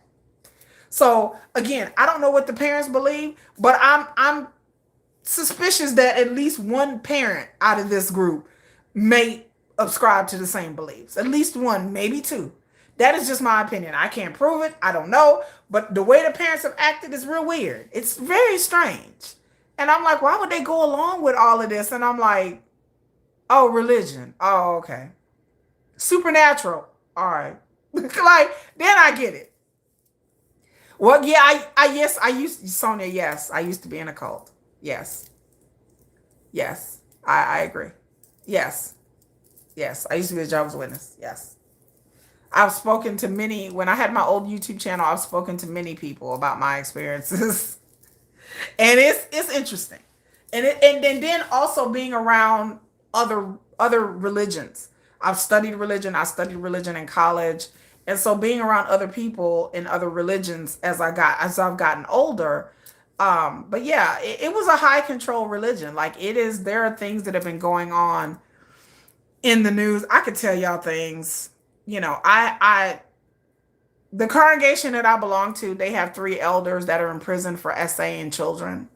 So I never experienced that, but it was shocking to me that I found out years later that the congregation that I was in, there were elders there that had a child essay ring, and they are in prison now, in Texas, for they were essaying children under the age of 10. And at that time, I was 13, 14 years old, and I had no idea what was going on. And I had no idea until the court cases and the things popped up. And I've talked to people who are in these court records. I've talked to people who have been severely hurt and essayed as children, and it was covered up. I have friends. I had a friend that is an ex Jehovah's Witness that died. She died of cancer. She was kicked out of her house when she was 15. And she lived on the streets, where she was almost unalived on the streets and essayed on the streets when she was 16. Her parents kicked her out of the house because she didn't want to be a witness anymore. I have plenty of people that I know that have been kicked out. They were homeless teenagers. They were kicked out because of various reasons, because they didn't want to go along with the religion, or they were gay, or they just didn't want to go along with the religion. And their parents were like, well, you can't stay here. And they kicked them out when they were minors. And so it's a whole thing. It's a whole thing. I've been on other people's channels and podcasts we talk about our experience. And so, yeah, I made it out of it. Like it was 10 years of my life. And again, my experience is very mild. I wasn't born into it. I wasn't born into this religion. I chose this religion when I was 13. So it wasn't something I was born into, thank goodness. But it was something that I was ascribed to for a very long time. And so I know how people think. I know when I hear people say things, I'm like, oh, okay, this is what this is. Anything about Blackpink's Rose and Bruno Mars sending a package to be considered for the Grammys? I heard that. There's a problem because you have to be truthful about the information. Yes, yes. Hello, Miss Pepper. Yes, I've heard about that. Yeah, I think Minnie Jin was doing rituals on BTS. This is my opinion. This is other people. You cannot convince me that they didn't do some kind of juju on BTS. Like, I would laugh about it. Y'all, last year I was cracking up. I was like, oh, you guys are silly. Now I'm like, so, and beyond that, also what Min Hee-jin doing was she had her minions underneath her at the company that were doing black propaganda. I have told y'all before that everybody who Min Hee-jin hired at HYBE or ADOR should be fired. Now, this hasn't happened, okay? But in my professional opinion, everybody who Min Hee-jin brought in from SM Entertainment or whatever, they all should be fired, because they have all conspired. The director, the songwriter that she brought in, the VP, all these people were dropping dimes on HYBE like it was nothing. They were dropping they was dropping elbows on HYBE. They was like wrestling. They was throwing elbows at HYBE. They were behind the scenes leaking information to media people and making up stuff about Illit and Le Seraphim. And God knows who else. Like I promise you, this sugar thing, like before I kikied in a call and I called y'all paranoid, I deeply apologize, y'all. I'm sorry. Kiki says I'm sorry. I'm sorry, y'all, because I thought y'all was crazy. But the sugar thing, get a side eye. Everything gets a side eye. Any scandal, anything from now on in my mind gets a side eye. Because learning what we've learned in this court these past 2 weeks, yes, they were dropping dimes on HYBE. Yes, they were reporting things and exaggerating things to the parents and to the media. So, yes, they were going hard. All of them need to be fired. There is no way in hell I would keep anybody around. You know, and then like her co-VP at ADOR, he had that case where he was harassing a female employee and was asking her all kinds of inappropriate stuff. And then Min Hee-jin took his side. She took his side because he was one of her minions. They're out there spreading black propaganda. They probably hired a PR firm to spread propaganda. Like all of this, the thing with, I told you about the Seraphim and the Coachella thing that went on for months. Why is this going on for months? Coachella was April. 5 months later, people still talking about Le Seraphim and Coachella. The Illit thing, the poor little Illit girls, drugged for filth. They were just collateral damage in all of this. Like Min Hee-jin and her underlings were literally embellishing and making up shit to make Hybe look bad. They were just throwing everything at the wall to see what was going to stick. They was like, we throwing this, we throwing that, we throwing this, we throwing that. And they didn't care who got hurt. They didn't care whether it was true or not. They just wanted to pressure Hybe to break off ADOR and give Min Hee-jin. That was their goal. So to read all of these court documents, again, if you want to know more in detail, go back to Hybe Boy. And so it was just sad to me to read that really Le Seraphim and Illit were just cannon fodder. They were just collateral damage. They didn't do nothing. They have had their career hurt all because they wanted to smear another girl group. That's all to it. When I read things, there have been disparaging things posted about Cat's Eye. I throw a side eye to it, y'all. I haven't talked about this a lot, but there have been things posted about Cat's Eye. I've seen YouTube videos. Y'all know I'm not on social media, but I've seen YouTube videos about people stirring up shit about Cat's Eye. I'm like, what did Cat's Eye ever do then? I'm like, hold up. Cat's Eye ain't did nothing to nobody. I've seen several videos that pop up in my feed talking bad about members of Cat's Eye or just stirring up shit. Like I'm subscribed to them on Weverse, you know. So I'll go back and look at Cat's Eye and I'm like, what are these people why are these people making videos about, oh, there's drama in Cat's Eye? What the and I'm like, what are y'all talking about? Like literally, I'm on a hunt. I'm like, well, maybe there's something on social media. So I'll hop my happy ass on social media because y'all know I don't like it. I get on social media, I'm confused. I'm like, there's drama between the girls and what? Where is this coming from? I'm like, drama between the girls? Where? I don't know what it is. I don't know if it's colorism. I don't know what it is. I don't know why they go in on Cat's Eye and Cat's Eye has nothing to do with the Korean fans. So I don't understand. You know, I'm trying to figure out like why this is a thing.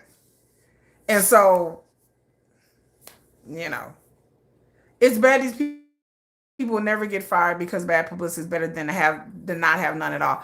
I don't know what it is, Deidre. But again, the Cat's Eye thing has been ramping up ever since they did Coachella. I mean, not Coachella, Lollapalooza.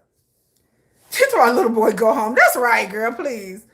But ever since they did Lollapalooza or right before it, there was a bunch of shit that came out right before they did Lollapalooza. And I'm like, and I didn't even know they was doing Lollapalooza, but these videos kept popping up and I said, what? And then somebody was like, oh, they're finna do Lollapalooza. I was like, so this is what this about? So I don't know what kind of black propaganda. And then they won a VMA and it kind of like shut people up a little bit. But I just don't understand, you know, why people was going in on, there's nothing to say about Cat's Eye. What is there I'm just like, Cat's Eye are popular. They're popular with the younger crowd, younger than me. They're not my type of music, but I respect them. I've seen their stage shows. Their stage shows are spectacular. The energy that they get, they look absolutely positively gorgeous. These are very gorgeous girls. And they all can sing, they all can dance, they all have talent. I just don't, I'm not understanding. So to me, that's suspicious. To me, when a bunch of channels start popping up talking about, ooh, Cat's Eye has drama. And I'm like, I don't know what you guys are talking about. Just because somebody posts some rumor on Twitter somewhere. And I'm like, but that's not, then all of a sudden I started to see more and more videos about Cat's Eye. So that's what's going on for me lately. And I think Hybe needs to nip that in the bud. But again, I don't want to blame Min Hee-jin and go out and say that. But some of this stuff is just suspicious to me. These are things that I noticed and I'm like, this is weird. I'm like, why? Yeah, they're an international group. It is jealousy. And then when I see people in Korean spaces, you have no reason to comment on Cat's Eye because Cat's Eye is not at a Korean standard. That's it. And they haven't done anything. There's no, it's like people want controversy to be so bad with Cat's Eye. There is none. I'm like, y'all are literally making up shit. When they talked about Mignon is out of the group, she was injured. I'm like, what the fuck are y'all talking about? I had to get in people's comment sections. It's like, Mignon's not out of the group. Well, she's being left out. She was injured. She came out and said, I was injured. That's why. I'm like, what are y'all like? I'm like, y'all are literally making up things. Y'all are literally making up shit. I'm just like, so this is what we doing? You have no evidence that anything is happening with Mignon. Then the people are like, well, on the reality show was 2 years ago. Why are we talking about the reality show they was on and that was 2.5 years ago? I'm like, why are we going back to the reality show? And then the reality show, I'll be telling people, you do know those reality shows are fake. They're fake. So that's part of the thing that gets my radar up. My antenna gets the radar. Because when I start seeing people dragging HYBE groups for no reason or just stirring up shit with the fandom for no reason. There's no reason to pit one of the girls against the other girl. They in a group. There's no reason why. Well, Mignon don't like Megan and don't like Laura. What are y'all talking about? Like, where is this? Because somebody said something on a Reddit site. Like, come on now, y'all. Like, okay, like y'all just take this shit too far. There is no proof and no evidence of that. People are just stirring up things and stirring up things. Deidre said, I believe that Sugar's just laying low for now, writing his diss track to all his haters. I don't think Sugar will be allowed to write a diss track, Deidre. But that's neither here nor there. I don't think Sugar will be allowed to write a diss track like that. These toxic fandoms, yes, they read these false rumors, and it does cause chaos when it shouldn't be any kind of chaos. Because none of these rumors are real. Anybody can get on the internet and post any damn thing. It doesn't mean it's real. This is high school bullying. I'm just like, we're going back. Well, on the show, I'm like, reality shows are fake, y'all. Like, in the reality show happened 2.5 years ago. Like, we still on that? I'm like, hello, May. I'm just like, I don't know.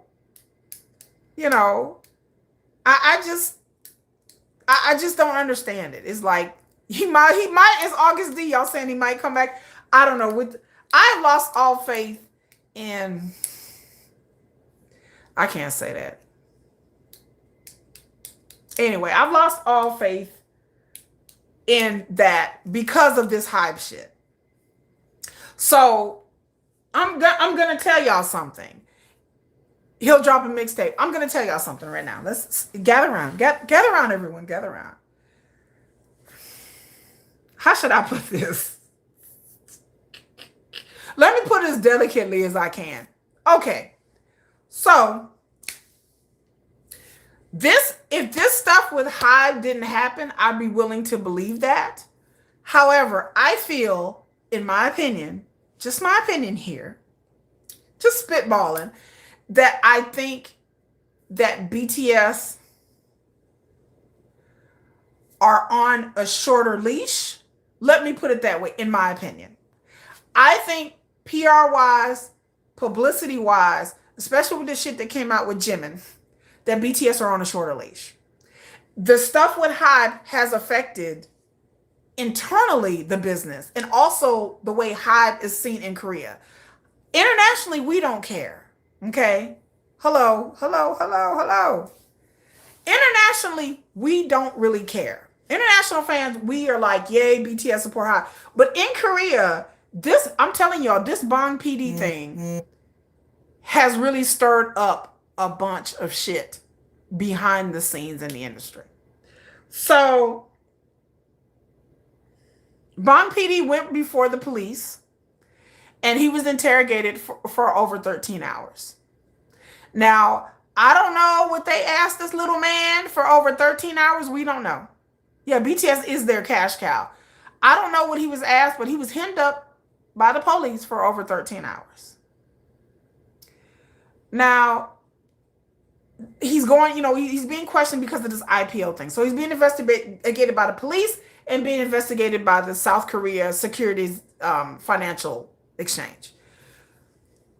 This thing, They don't like Bang PD anyway. Like, I'm just gonna say, in Korea, they don't like Bang PD. There's this undercurrent of jealousy from the general population, especially 13 hours. They did that.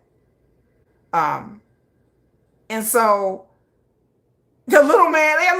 Why Bang PD? Because they're going through the IPO. They're investigating about him going public and stiffing the investors and all that. I've talked about this. I even did a video about it. And so does HYBE. HYBE gets into this about in detail with the investors and him going public. And so HYBE is being investigated. So they carted him in there for over 13 hours, almost 14 hours interrogating. I don't know what in the hell they could possibly interrogate this little man for almost 14 hours. Yeah, he was CFO at the time. So again, this IPO thing, I gave y'all my opinions. I think the government of Korea is coming for K-pop. I will stick to that until I see otherwise. I think the government of South Korea, and with the president of South Korea announcing the changes that they're going to make toward K-pop, and then I told y'all last week, JYP has been the CEO of this new committee that they're forming to study K-pop and implement new laws and stuff like that. And some of the stuff that they're proposing is good, but they're gonna cut the Big Four's tax credits because they get tax credits. The Big Four K-pop companies, they're gonna cut their tax credits, and so they're gonna have to pay more taxes. And they're supposed to use this money that they're paying more taxes to try to help expand Korean entertainment and beauty industry worldwide. And that sounds all good and nice and fine, but then there's some things that I've told y'all that I'm skeptical about the federal government putting their hands more in K-pop, especially with these groups. I'm like, BTS already got hemmed up and having to do like travel videos and shit like that. From what I've learned over these past year, y'all are real salty about BTS being hemmed up by the last president, that they had to do free publicity and do a free concert in Busan.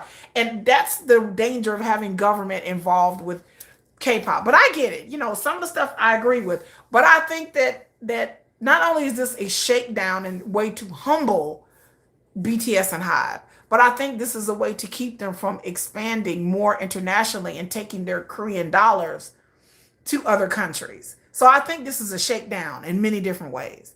The government wants money. Yeah.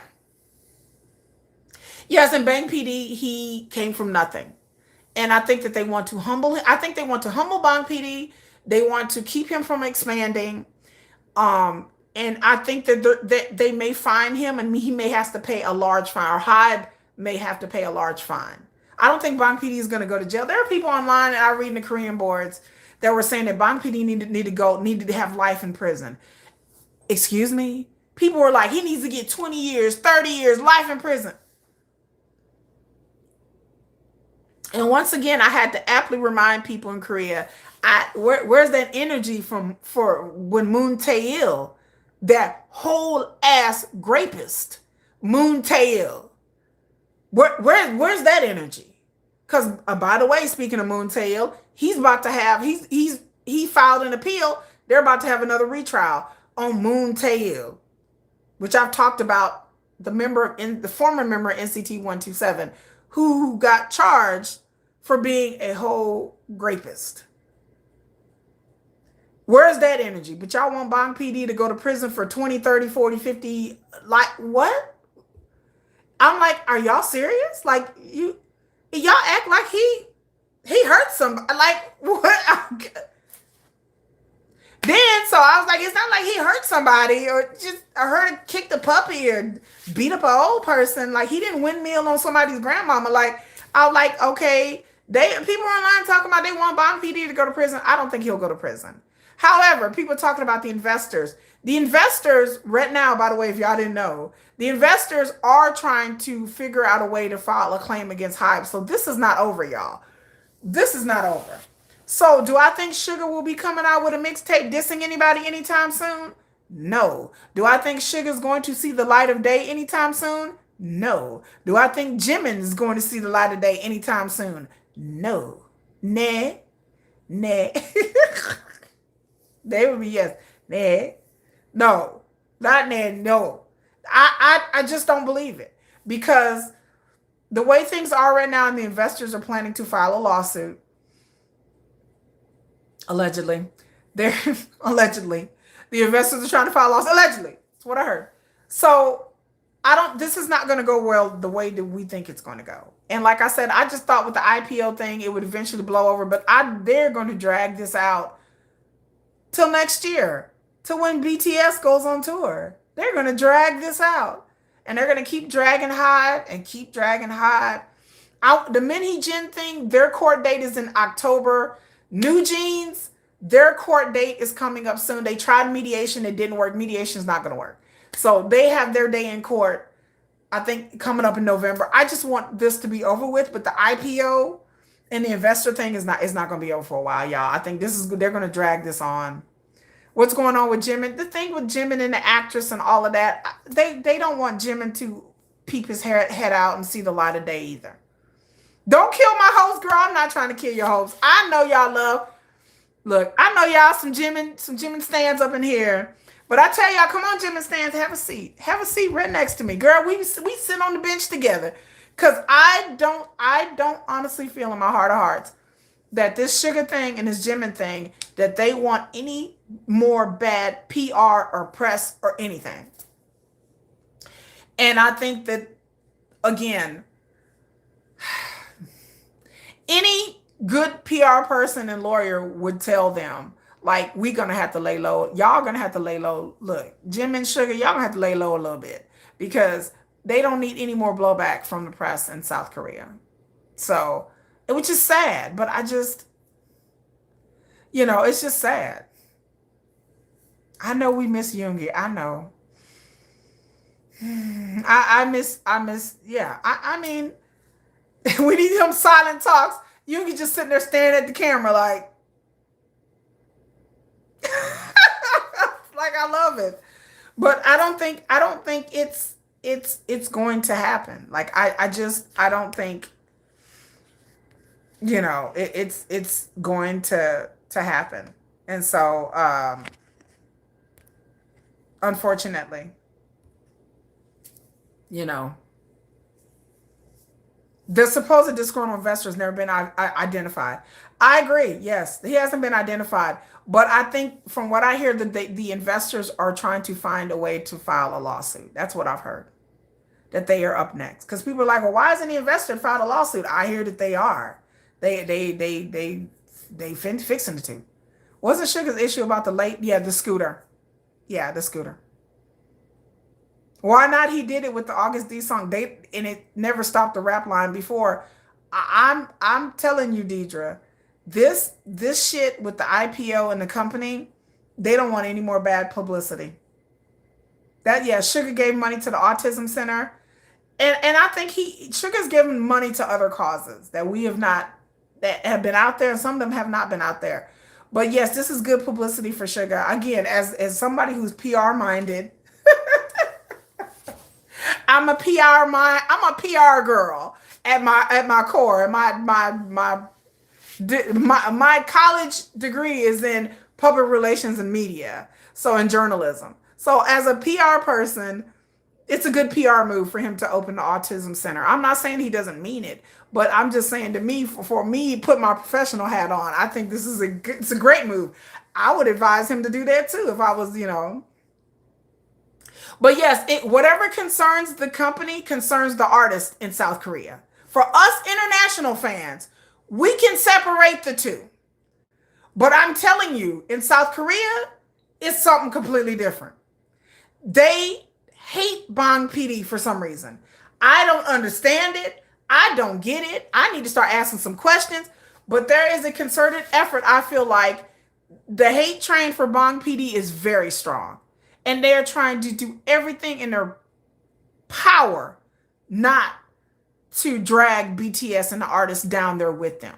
But I'm telling you, BTS, they cool now. But when they come out with this album and they do this tour, I'm sorry, y'all. They are going to come for BTS. They're going to come. I said it before. Did I not say? I said this months and months ago before BTS got out the military. I said, y'all, don't be surprised if people come for BTS.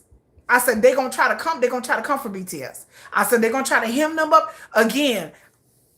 Y'all didn't. Listen. I'm just going to keep it real. I'm surprised that this Song Do-an thing, I I don't know, people. That's a little suspicious to me. That Jimin get out the military, all this IPO stuff come out, then Song Do-an go on TikTok and post that elevator video of Jimin. I'm just putting it out there. I'm not saying all of this is connected, but baby, it's suspicious. Anything is suspicious to me. And I'm not one to divulge into conspiracy theories and all this other shit, but it is just very odd to me that this person has laid low since 2023, and all of a sudden in 2025 now, she likes a boo, motherfucker, boo bitch. Like, hey, here's a video. And I'm like, okay, you ain't said nothing in 2 years, and why would you wait till like, it just, why now? Yes, Marie, why now? Why would she release that video now? An old video of Jimin. Why now? She had that whole entire time. He could have been in the military, not been able to say nothing, not be able to do nothing, and she could have released as many videos as she wanted to while he was in the military. Why you wait till this man get out the military? They announce an album, they record it. Why would you come out and release that video now? Things like that just get me thinking. I'm like, why would you do that? Yeah, he was doing things with the children, Deidre, before the scooter incident. So yeah, it had nothing to do with the scooter incident. But I'm just saying, as a PR person, it does look good as PR. But I'm not trying to accuse Sugar anything. Sugar's a very philanthropic angel. He has given to many, many, many, many causes, local and also international causes, and also I would say causes that he has not put out there publicly. So I things that I've heard that I won't put out there, but I heard that Sugar's given to many causes that we have not heard about, and that he's donated things anonymously. And other BTS members, they have donated anonymously as well. And so I don't doubt, that he was involved with this. You have high expectations for both Jimin and Sugar be fine. Okay, Susanna, girl, I'm a pragmatic person. And the things that I hear behind the scenes from my friends in the industry, it is advantageous for HYBE, for a PR stance, to have their artists lay low, to keep their brand clean,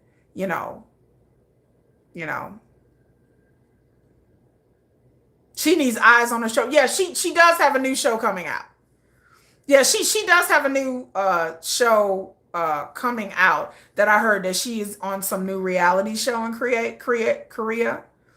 And so this is a witch hunt. This is some shit. This is something I haven't seen in K-pop. When I looked at the history of the other agencies that I haven't seen in a while, I haven't seen them really go after a company not like this, not in a long time. I think since the second generation. I think SM got in a bunch of shit, and then YG got in a bunch of shit. Like but YG stuff wasn't something that was a witch hunt.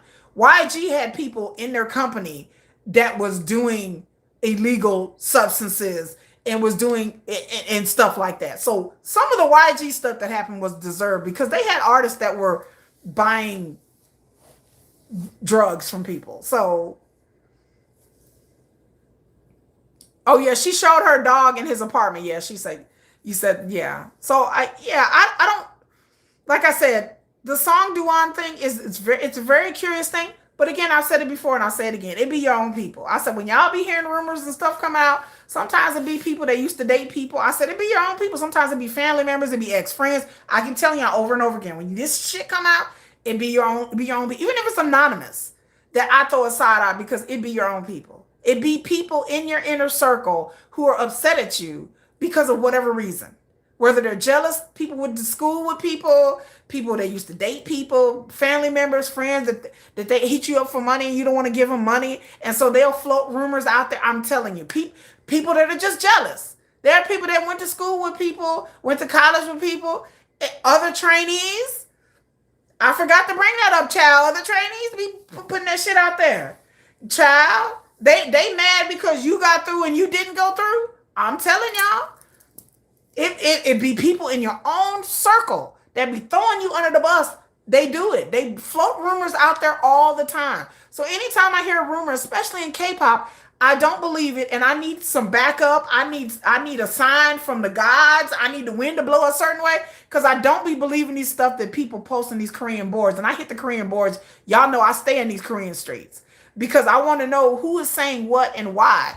and there are rumors out there that don't catch fire. And then there's some rumors out there that for some reason catch real fire.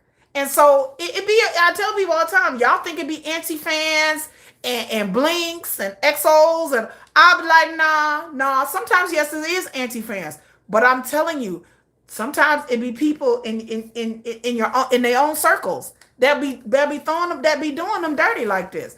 And blackmail, I keep telling y'all over and over and over again, there's a lot of blackmail in the K-pop industry. I wouldn't be surprised. You know what? I ain't gonna put that out there. All I can say, let me speak in general terms. When scandals hit with people regarding dating or relationships, I wouldn't be surprised if the person is looking for a payout so they don't leak anything else. That's all I can say. I wouldn't be surprised if certain people are either looking for a payout or looking for an opportunity. Because in Korea and a lot in Asia, there is a lot of blackmail, whether it be money or whether it be opportunity. There are people who have gotten contracts or in certain groups because they knew somebody that knew somebody that knew something about it. That's all I can say. That this is how it goes. And they sell the information to dispatch. Yes. Yeah, they sell pictures, they sell everything. But again, blackmail happens in K-pop. Again, they just this year alone, we've seen 4 real court cases of artists, K-pop artists that were or influencers. They get it too, that have been blackmailed. That they went to court because they were being blackmailed. I told you there was a famous Korean influencer. I forgot her name. She was blackmailed. There was a member of TVXQ that was being blackmailed for 4.5 years. Money. She got $500,000 out this dude over 4 years. Because of some chats they had online. I don't know what they was chatting about online. Oh, shucky ducky quack quack. I don't know what they was chatting online. But she blackmailed a member of TVXQ for 4.5 years, and he went to court because she was threatening to release these chats that they were having over social media. And again, I don't know. He claimed that there was nothing in these chats, but it had to be something for him to be paying her. It had to be some in them chats, because you don't be paying nobody for nothing. If you was in the chat talking about puppies and kitties and what you ate for breakfast, bitch, there ain't nothing to do. In order for her to say, I'm going to release these chats, there had to be something in those chats that he didn't want to get out. Yeah, there's a lot of schemers and blackmailers. Just like the Korean influencer. They were saying that she used to be an adult AV model. They had pictures. And they were going to release it. It would have ruined her influencer career. So she just started paying. She's paying these 2 ladies hundreds of thousands of dollars over like 3 years. I was like, Lord. Yeah, people work at the airport be giving out personal information. They do it all for money. Dispatch will pay you.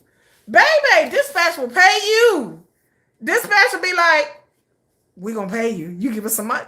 Dispatch offers money on the low for pictures, for exclusives, for anything else. They will pay you for if you have pictures and real evidence. Dispatch will pay you for a scoop.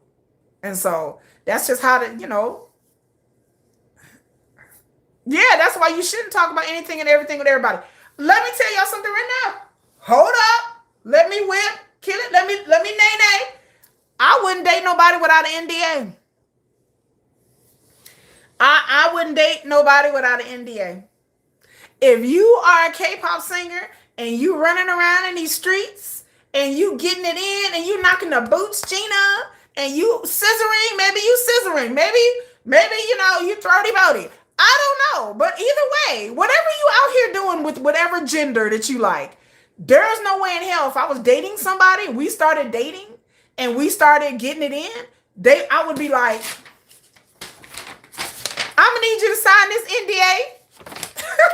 I would make them sign NDAs. They do it in the NFL. They do it in the NBA, baby. I can tell you for a fact that they do it in the NBA. There are several NBA players that I won't mention that when they would go out on the road and they would get with women and they be knocking the boots, Tina. They're knocking the boots, Tina. They would be like, well, before we get it in, here's a pen. Bitch, here's our NDA. And they, before they would get it in, they at the hotel, they would make the girls that they were with, and sometimes these are women of the night. Sometimes these women were paid escorts, and they would make them sign NDAs.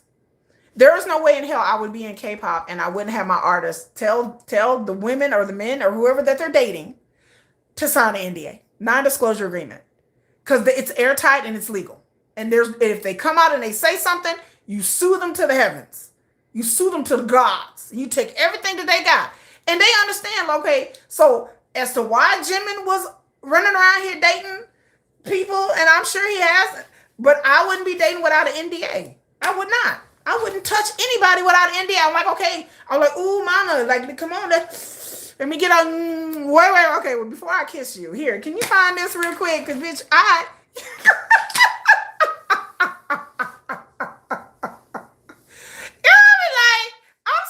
before we get to kissing, hold on. Just hold that thought. I'm gonna need you to sign this real quick. Like, just here, pen. Like, I even have it electronically. I have it on my phone. I'll be like, let me get my tablet real quick. Okay, so here's the NDA. And I need you to just sign it right here. You know, it's DocuSign, bitch. DocuSign. I have DocuSign, the app. Here, NDA, sign right here. Just read through it if you want. You want to read through it? Go ahead and read through it. You got it? Good. We good? We good. Like, before we lay down and get it in, baby, girl, I'm telling you. Yeah, you can sign it. You can. You can have them sign an NDA. Again, this has been done. There are stars who date and they have them sign an NDA, a non-disclosure agreement. It happens. It still happens in the business today. Like I said, I know of NBA players, not that, who do this. That if they hook up with a woman, they have them sign an NDA. They have them sign a non-disclosure agreement. So it can be done. And if they don't want to sign it, look, if you don't sign the dotted line, you're not getting my behind. If the NDA ain't done, you ain't getting none. Like, that's just how it go. Like, if they don't want to sign it, then okay, we call this off. All right, hello, Mariah. Like, why would I even want to entertain you? I'm like, well, why wouldn't you sign an NDA? You're not signing your rights away. You're just saying that you cannot talk about the relationship that you had with this person. That's all it says. It doesn't mean that they can't, break up with you or anything like that. They just signed something saying that they cannot disclose any type of information in a relationship. People have NDAs. In marriages. They have prenups and they have an NDA. People stars marry all the time with a prenup and NDA, y'all. And yeah, you'll find somebody who will. Who wouldn't sign NDA? Look, Sugar came up to me. I'll be like, I know, I understand. And Sugar like, look, we finna get down right now, mama. Sugar be like, look, we're gonna get down. I'm like, okay. I'm like, oh, but what I gotta do? Sign this NDA. Bitch, I'll be like, shit, hold on, wait. I need to sign here, right here. Okay, I sign. Okay, I don't even gotta read it. You don't want to read it? No, I'm good. Okay. Do I need to provide some ID? Do you need my full legal name or my half legal name? Because I'm gonna sign my married name and my you want my married name? You want my legal name? You want my government name?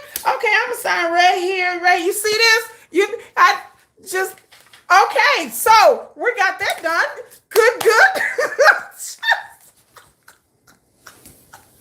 Like, why would I not sign an NDA?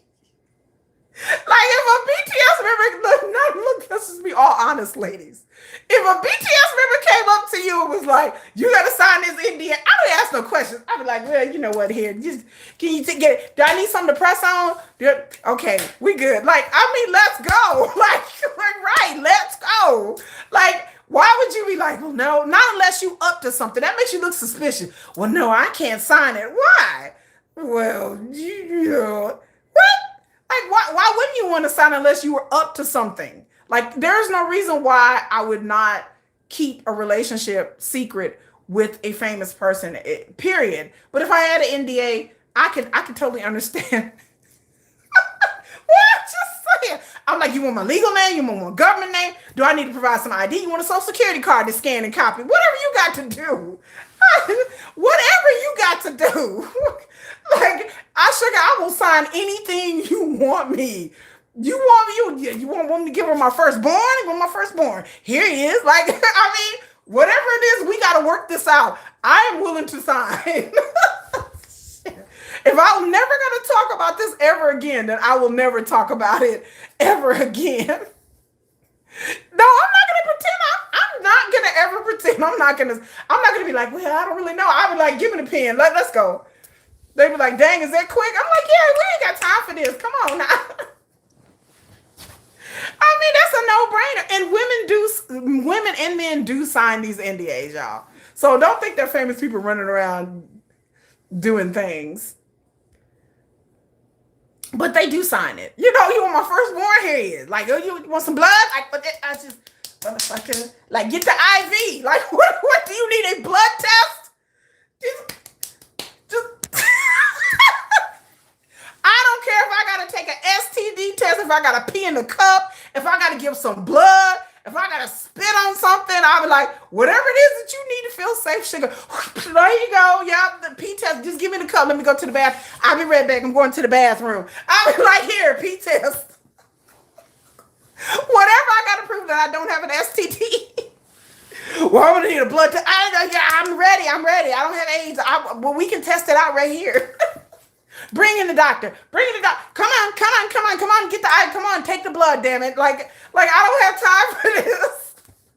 Whatever he needs, whatever Oprah needs to be comfortable. Right? If I got to spit on something, baby, whatever you need to feel comfortable, Daddy. I am here to facilitate everything that you need. You need to do a background check. You need a credit check. Shit, let me get on Experian. Hold on, let me get on Experian. Like, no, Daddy, hold on. We're gonna do a credit check. You want to check out my credit? We're gonna do my credit. Okay, you want to pull up the Experian? I already got an account online. You need to look at my credit.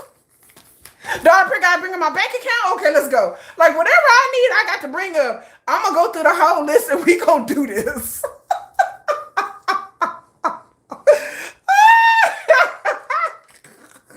I'm telling y'all. I'll be like, baby, that ain't gonna stop me. Why? Like, well, so I understand also that HYBE got a corporate PR person, right? So HYBE and I'm like, HYBE ain't been had a corporate PR person? I'm like, who is running this clown show? Like, I hate to be dogging out HYBE, y'all. Yo, my next stand up, you talking about me. People been telling me I'm funny since I was a kid. They're like, you're so funny. I've been having my sister-in-law rolling, y'all. Like, when we get together and we get to drinking, oh my God, it's comedy all day. Like, my sister-in-law be like, oh my God, you are crazy. I'm like, she be getting annoyed. She be like, oh Lord, she's crazy. Especially when I get to drinking. Yeah, I'm sober, so y'all get me to drinking, you really hear some crazy stuff. You be like, oh, she crazy. But I appreciate it. But HYBE didn't have a corporate PR person. So they finally got it. Also, HYBE got a corporate PR person. I'm like, who is running this clown show? They like, well, they got a corporate PR person. What do you mean they got a corporate PR person now? Not the artist management PR, because they have PR for the artists. But they hired a crisis PR person. Shelling P. Hello, K-pop stan. I cannot believe, like, my mind was blown. I was like, wait. I was like, wait, hold on. So y'all mean to tell me y'all don't have a crisis PR person? Yes. I was like, who is running this clown car? How do you have a big corporation like HYBE and you don't have a crisis PR team? I'm serious. Like, I just sat there and I'm like, I can't be reading. Y'all playing. And then I was like, well, let me get online and read it in Korean. And I read it and I was like, so all this time, y'all didn't have a crisis management department in PR? Who does that? What company? Yeah, they needed one like 2 years ago. Oh, you heard me and my sister-in-law to ride home, girl. We be chopping it up. We just be like, we would just, yeah, after every concert, me and my sister-in-law, we just let the camera run. And then she just be talking mess and we be both going back and forth. But yes, I didn't understand how did they not been. I assumed that they had a PR crisis management team. Like I was like, that shocked me more than anything. That's how I tell y'all when I talk about Sugar and Jimin, I said shit. I said, yeah. I said, Hybe is playing with me today. If they don't have a crisis management team on the corporate end, I don't want to know what they don't have on the artist end. There's no way I would, in hell, I would run a K-pop company and I would have a marketing branding group. That's fine, but that's not PR. PR is different than marketing or promotions. PR is somebody to handle crises like this. The shit that happened with Jimin, the things that happened with Sugar. So now it kind of all like I just sat here and I was like, just because I'm thinking, did y'all not have a group to handle when the shit went down with Sugar? That is very scary to think about. You know, with all the attacks on the artists, the mini gym, that is crazy, Melissa. That's cuckoo. That's crazy talk. So I'm like, okay, when the stuff happened with Sugar, I'm like, did y'all just send them to legal? Because legal is not PR either. Legal and promotions and artist management is not PR. You need a PR team. Yes, you need a PR firm to help. And you need a PR firm internationally and one in Korea. I was mad at the corporate PR dude was Korean. I was mad about that. I was like, so y'all don't have a counterpart? Is it for all of Hybe or just Hybe and Seoul? They should have a counterpart for Hybe America and Hybe Latin America. There should be counterparts all over. Child, okay. If y'all read my fan fiction, that's why y'all just drives me nuts. My little fist was clenching. Because again, if y'all read my fan fiction on Wattpad, my main character is a PR specialist. She is a PR crisis management person. She's like the Kerry Washington of K-pop. What was that show that Kerry Washington was on? What was that show that everybody was watching that she worked for the White House and she was a crisis manager? Blah, blah, blah, blah, blah. I forgot the name of the show. I never watched the show, but yeah, there should be a PR for different companies. And so I was just shook that there's no way you would have such a high profile group as they didn't hire me now. Right. There is no way that you would have such high profile groups as BTS, TXT, not just for BTS, but for all of the artists. Le Seraphim, Illit, Scandal, that's the show. My mom used to love Scandal. And so, yeah, that's why you have a PR crisis manager. Yes, they need a fixer. You have people out there that's all they do. They work for firms and that's all they do. Olivia Pope is my spirit animal. She's my spirit animal. My character in my fan fiction is like an Olivia Pope. Like she literally runs like all of Hybe, like their PR, their artist PR. And she literally is on top of everything. All the scandals, all the things. And she just happened to be married to Sugar. But she is very much like the Olivia Pope of the K-pop world. And I thought in my hubris that Hybe in these, I don't know about the other companies if they have like, I know YG has like a PR firm, but that's all they do. That's all they do is mitigate crisis online. And so like when I write my fan fiction, it's based in reality. Like you will read things and see things, and that's kind of how it goes on in PR circles.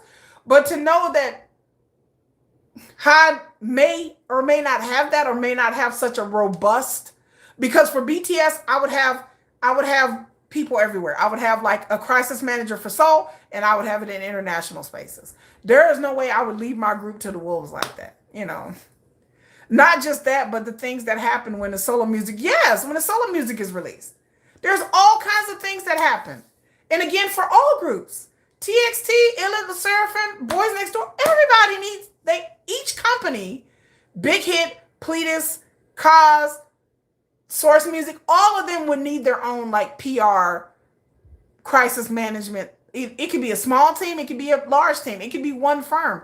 But there needs to be people online mitigate. Like I am like literally taken aback. Like that shocked me. I'm like, wait a minute, y'all don't have a corporate pride. The moment Hybe started to wanting to become public, ideally, at the least, they should have hired a crisis manager at that time when they decided to go public. But to me, even before that, when they were a big hit, they should have had PR people. And then once they started to grow and they brought in all these other companies, they should have hired a crisis manager. Then when they started bringing on other artists other than BTS, the moment that happened, ideally, they should have brought on a crisis management team. Again, even before that, I mean, but I'm just saying they were really small and they may not have had it in the budget. But about 2018, 2017, 2018, there's no way I would have BTS out there and be thrown. And so that just makes me think, y'all, I really do feel like once I learned that, I was like, oh no, Sugar and Jimin are cooked. I hate to be the negative person, y'all. I'm not trying to be the Debbie Downer. But once I realized that, I was like, oh, we're cooked. Like what? What? Like what is happening? And then I kind of felt like BTS is cooked. Like I really did feel that way, y'all. Like, and I'm trying not to feel, but I'm trying to stay positive. But I'm a pragmatist. Like I'm a pragmatic person. And so, I just feel like BTS deserves, and all the artists at Hybe deserve more. So Shastay said, I don't know, as some have said, even negative media is attention. Yeah, if that's how they think. I do believe it's some of that in the K-pop industry, that all attention is good attention. Whether it be negative, whether it be positive, you still have people talking. Like there's some of that thinking in entertainment industry, period. Not just in Korea, but everywhere. But I don't know. I just, to me, it's not a way to run a business, especially in Korea when they come for you so hard in Korea. But that's my thoughts on Hybe and Min Hee-jin and things. So we'll see with these court cases how it goes on. The last thing I want to talk about is giveaways and merch. So I'm going to be giving away merchandise. Again, let me explain to y'all. In my past life, I used to run a anime K-pop store online. I also used to have my own clothing line, and I also used to do a bath and beauty store. I used to have 3 different online businesses back in the day. Okay. What happened is that me and my mom, we ran these businesses. So I worked full time. I worked full time, had my kids. I went back to school to get my degree, to finish up getting my accounting certificates. Because again, I'm in accounting, but my degree is not accounting. My degree is journalism and marketing and PR. And so, no, I won't forget the T. We're getting to the T. So that's where my education is not in accounting. So I went back and got some more like business management, admin, and accounting software training. And so I was running my own businesses and then doing all of that. So this happened. I started running my businesses in 2019. Then the pandemic hit. I used to work in hospitality. I used to work in an executive for hotels. I've told you guys this before. So I lost my job with like 300 of us because, of course, the pandemic hit. And so nobody was taking vacations and staying at hotels. So we all got laid off. So during that time, because I had businesses, my businesses started to grow because everybody was at home and everybody was shopping online. So everything was going well. My mom was helping me out and everything like that. And then my mom passed away. So my mom passed away in 2023. So I shut down all my businesses because my heart just wasn't in it anymore. So my mom would help me ship. My mom would help me do the orders. My mom would help me with everything with my children. Me and my mom lived with me. And so my heart wasn't anymore. I'm also an artist. I'm a prolific artist. I've won awards. I've been in galleries. I have not done art ever since my mom passed away. And so, thank you, Susanna. My heart has not been in it.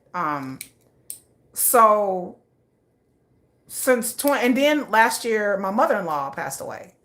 My late husband's mother passed away of cancer, my kid's grandmother last year. So, oh, Marie, you lost your mom in 2019. It has been hard. I lost my father in 2021, and I lost my aunt in 2022. So, I lost my husband in 2014. And so it has just been one thing after another. Like I've lost a lot of people. My dad died, my aunt died, my mom died, then my mother-in-law died, which we were very close. My mother-in-law. So my kids have lost both of their most of their grandparents. My father-in-law is still alive, and that's it. So my kids have experienced a lot of loss. They've experienced a lot. Like we have been through it. And then on top of that, my relationship ended. So I went through all of this and I was like, nope. So I shuttered my businesses that were doing very well. So I closed my businesses because it was just too much for me to deal with. And so I shut my businesses. And so let me tell y'all something. So I sat around the other day and I was sitting and I was thinking about my channel and I was like, and I had the itch again. And I was like, you know what? I went online. I was going on Amazon trying to find me a K-pop shirt. So I was like, I want to find a K-pop shirt. Next concert, I want to look cute. I want to wear something other than, because I have BTS t-shirts. I have a BTS shirt on right now. So I wanted to just something generically K-pop. And I realized that online is not what I was looking for. And so I went online and I looked and looked and looked. And I was like, this ain't really my style. And not really what I'm looking for. You know, I'm a woman of a certain age. So it can't be too cutesy. So I was like, something was like, well, you know what? Keisha, you can design your own. Psychologically, you really put together, considering I'm surprised I'm not in a mental institution and on antidepressants, considering that everything I went through, because I went through a lot, like literally, I'm telling y'all, I went to bed one night and my mom went to the bathroom and I heard her go to the bathroom and I was about to go to work and I woke up to go tell my mom, because she gets my kids up, and I went to my mom's room and she was dead. Like that's how it happened. It wasn't a slow march to anything. I literally got up, went to my mom's room to be like, hey, are you up yet? And I thought maybe she overslept. And then I went to shake her and she was cold and I backed up. And then my kids were like, what's going on? And then I had to like shove my kids in their room and call the paramedics. And then I knew my mom was gone. And so that's what happened to me just one morning. It was very, and my mother wasn't even that old. My mother was like, my mom's not even that old. Like, you know, so, you know, same with your mom. Yeah, it's something else. It messed me up. Like I said, it threw me off like creatively. So me having a K-pop channel, and me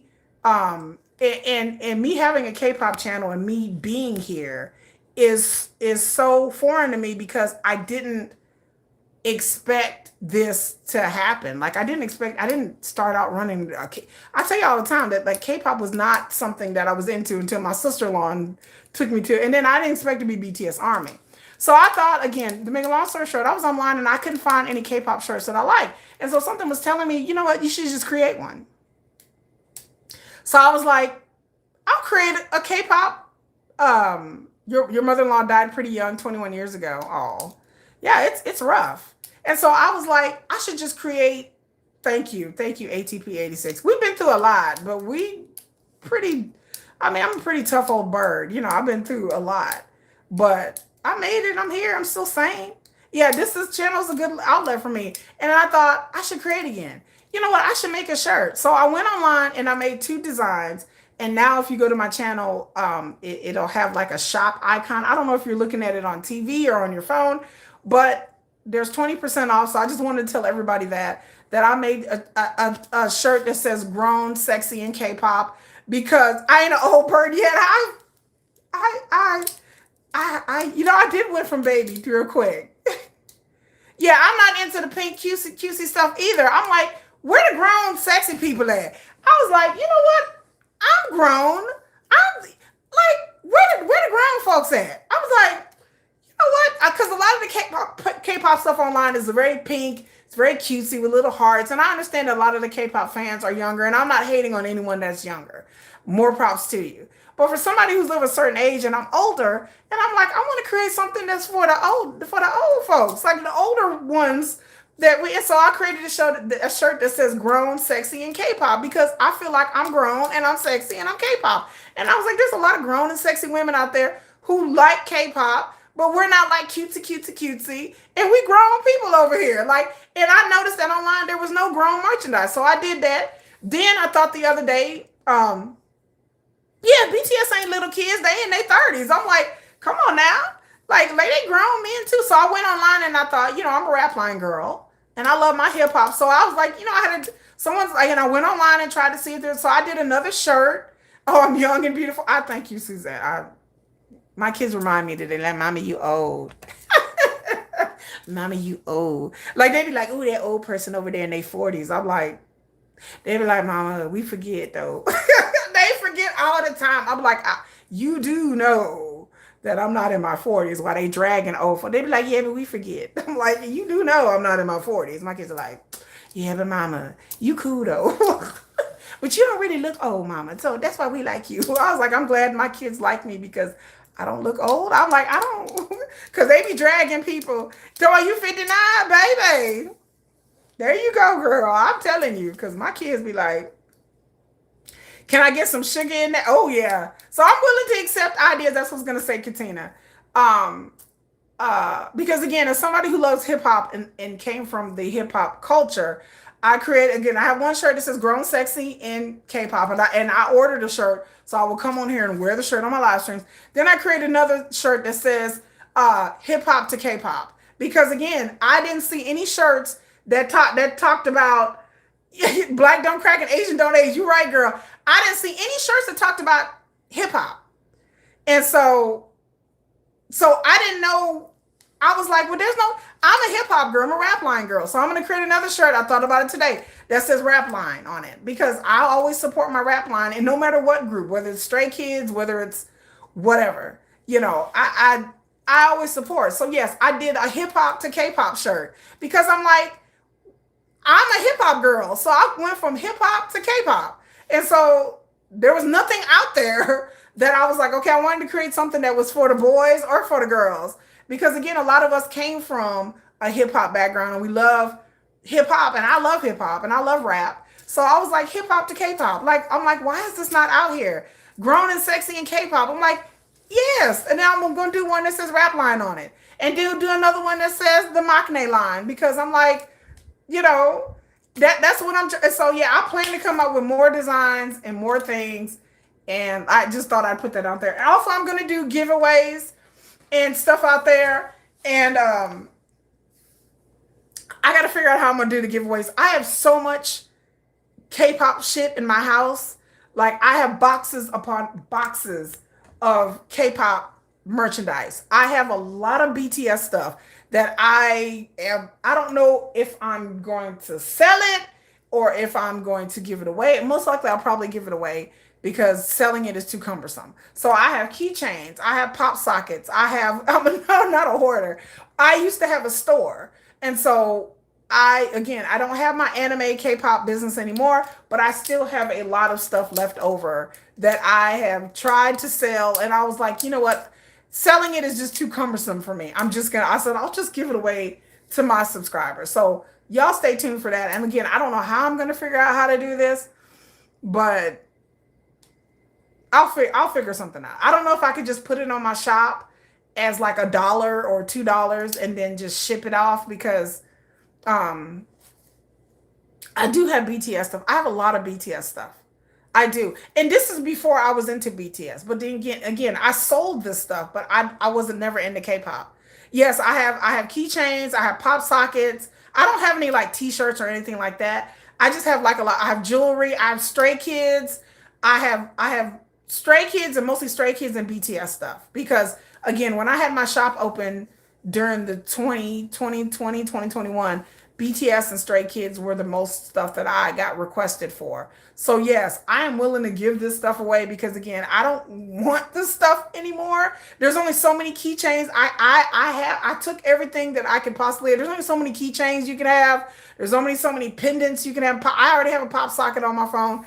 So I would rather give it with stuff away to y'all. Then Deidre said, yeah, oh yeah, they show line too. Sorry if I spelled it wrong. Yes, I will do a t-shirt that will say rap line, Maknae line, Maknae, Hyung Line, whichever y'all, that would be awesome. Let me write this down, y'all. Let me hold on, because y'all know I'm kind of forgetful. And then I've been studying Korean, so I've been learning. I've been going through my Hangul again, relearning Korean. So I'm gonna write this down so I won't forget. And I have to make the designs for it, but it's something that I've always done. Again, I'm the creative type of girl, but I'll write these down. But thank y'all for the ideas. But again, on my shop right now, the 2 t-shirts that I've listed is t-shirts, it's hoodies, it's bags, it's stickers. Right now, I think it's 20 or 25% off for the next 2 weeks because I just opened the shop. So I'm just letting y'all know. But I do plan to do giveaways. And once I get it all together and how I can do this, and I'll tinker around with certain things, and I'll let you guys know. And then I'll give it away. Yeah, grown people stuff. You know, I'll just give it away. You would love a keychain. I got you. I have so much stuff. Like y'all, I have so much. I had BTS socks. I took the socks though, y'all. I used to have BTS socks, but I took the socks, y'all. I apologize. But and then I will have things for my members. I know those of you are members. I have special giveaways for y'all. Again, I don't know, for one of my members, I might give away an album because I have BTS albums, and I have duplicates of certain things. So, and again, y'all want to talk about exchanging the tiny tans, I am all for it and stuff like that. And so I am all about exchanging tiny tans, but I literally have boxes and boxes of stuff, y'all, that I'm just like, I do not want to have the stuff in my closet. Can you get, okay, yes, a shirt saying, can I get a sugar with that? You got to do blonde hair baddie shirt. Girl, hold on. Let me write this down. Y'all are giving me some good ideas. Blonde haired baddie. And can I get, y'all are giving me ideas. So there you go. I'm writing them down, y'all.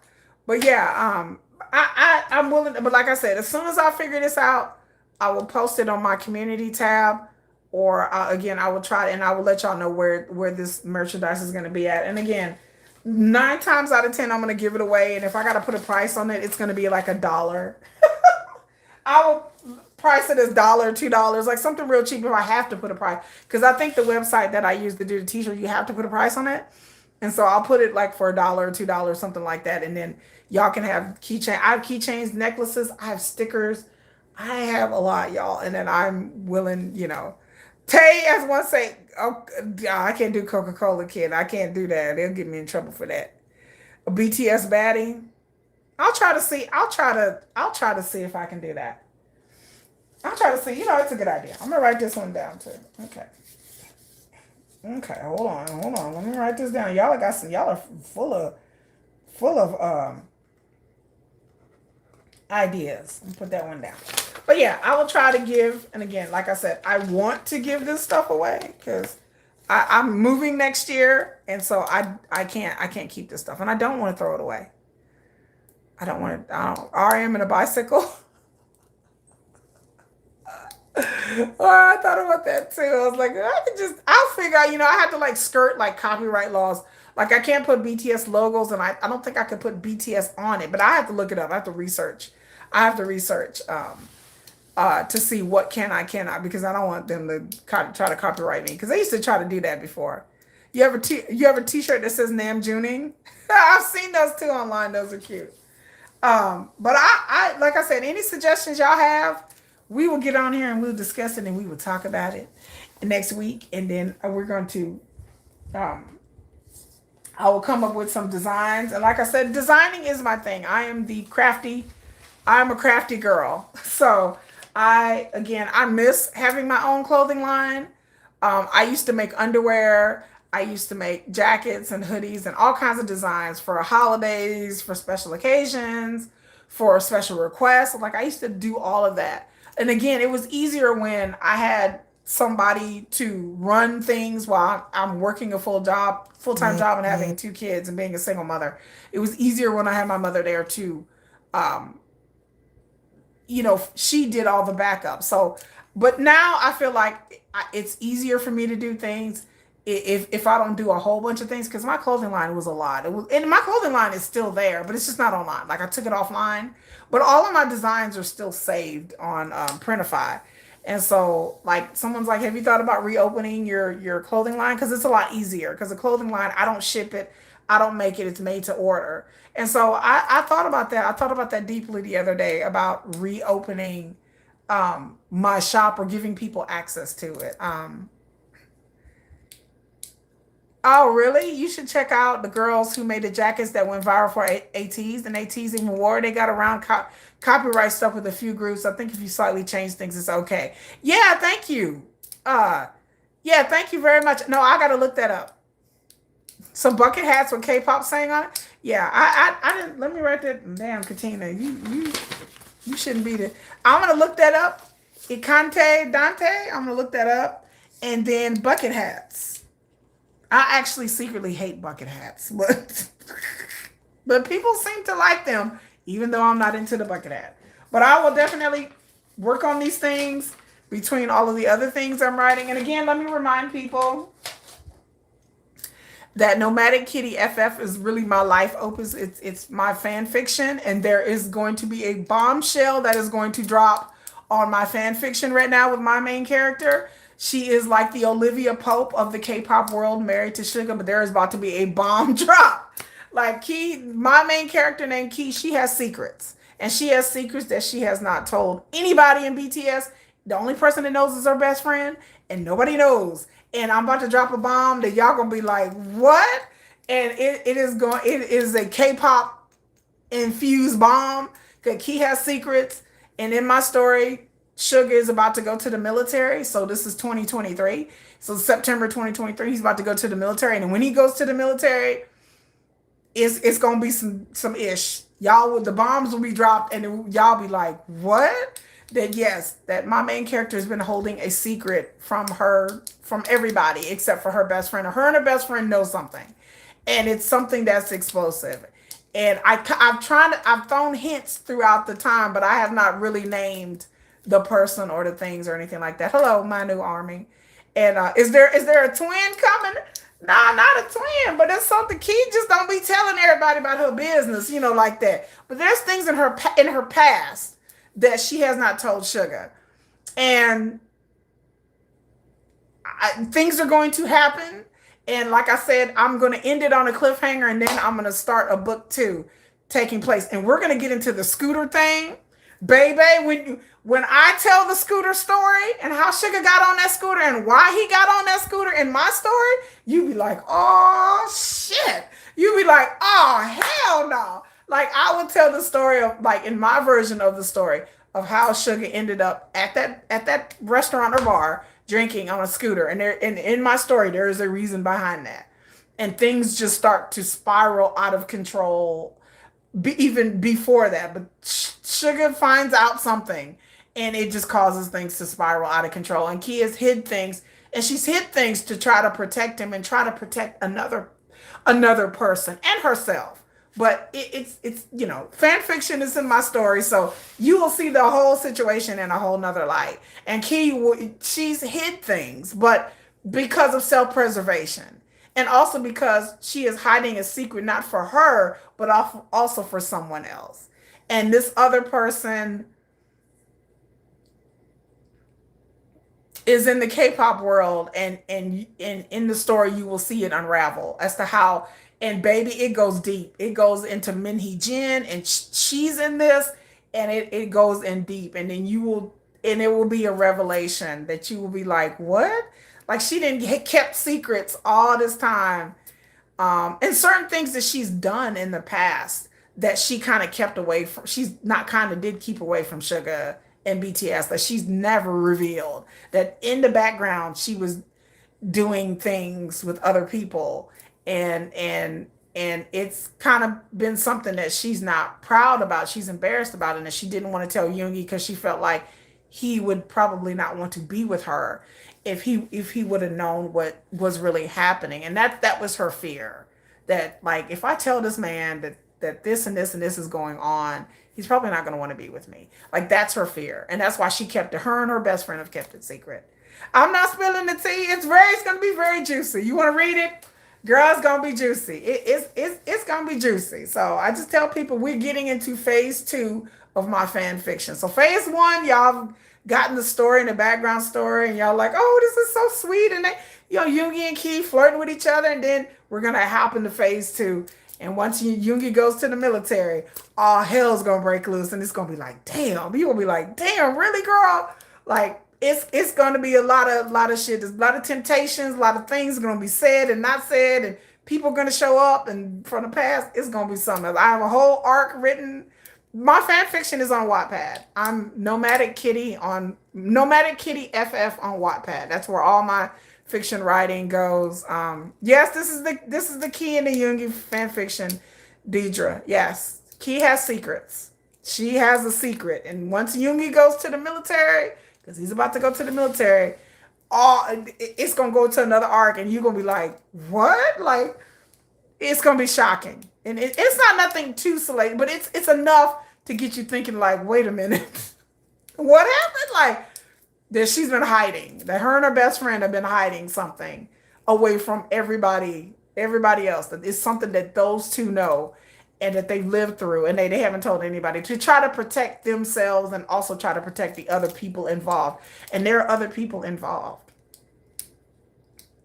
So if y'all, I don't want to spoil too much, but she's a girl with secrets. She got some secrets that she didn't want to share. And once Yoongi finds out her secret, is not gonna go over well. It's not gonna. So if y'all want to catch on my Wattpad, y'all go right ahead. But yeah, I'm setting up this arc. I'm just buying time. And some of the arcs are 18 and plus. They are of an intimate sexual nature. So I'm just letting y'all know. I usually try to tag those parts that are, I say 18 and up, for the parts that are a bit more adult in nature.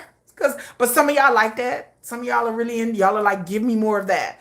And so if y'all thought y'all thought it popped off a little bit, when we tell a flashback, y'all gonna be like, what is happening? It's gonna be something so crazy. It's gonna be a lot of intimacy in the backstories that I'm telling. There's gonna be a lot of intimacy there. And yeah, it's gonna be interesting. I'm ready. Okay, ATP 86, what's up? Yeah, I'm stopping. I'm not gonna tell anymore, girl. I'm NJ. I'm not telling, but I'm glad y'all love the lives. But anyway, I'm fixing to get off this live. Like, again, make sure y'all like, share, subscribe to my channel, please. I will be. I don't know if I'm going to do more shorts tonight. I'll probably do it tomorrow. I'm working on a video right now. By the way, let me add, I am working on a video right now about the richest the K-pop legends, like the people who used to be famous, old, like first, second, third generation, the richest people, not including BTS, because we're talking about first and second generation mostly. And so I'm working on that video right now of who's the richest people in K-pop from the legends. And so heavy is the head that wears the crown. Yes, I could definitely do a short like that. I thought about doing that the other day, Katina. Hello, everybody. Girls' Generation. Yeah, Girls' Generation. Oh, yeah, some of them are pretty rich. But this is just part one. So there's a lot of first and second generation K-pop stars that have money. But I tried in this video to do the heavy hitters, the ones that I know mostly everybody has heard of. And so that's the video I'm working on. And the video will be up on Monday. If you're a member, you will probably see that video tomorrow. It'll be up. Girls' Generation definitely did pave the way for all the girls groups. But you'll see the video if you're a member. And then if you're a member also, anyway, I was gonna tell y'all something. Oh, last week we talked about a boy group where a manager actually got indicted in January for beating up a member of a boy group. And on my post, I posted pictures of that boy group. And so I told y'all I was going to tell y'all who it was. And I'm going to do a follow-up video about this group. And I posted pictures on my community tab or post tabs or whatever about who the pictures of the group. I didn't post their name, but I did post pictures. And I was like, if y'all were on my live, and it says it, If y'all were on my live stream last week, yes. And if you weren't on my live stream, there is a, hello Felix, there is a K-pop manager that was indicted in January for beating up a member of a K-pop boy band with a metal pipe. And this manager was charged in June of last year, and he was actually indicted and sent to prison.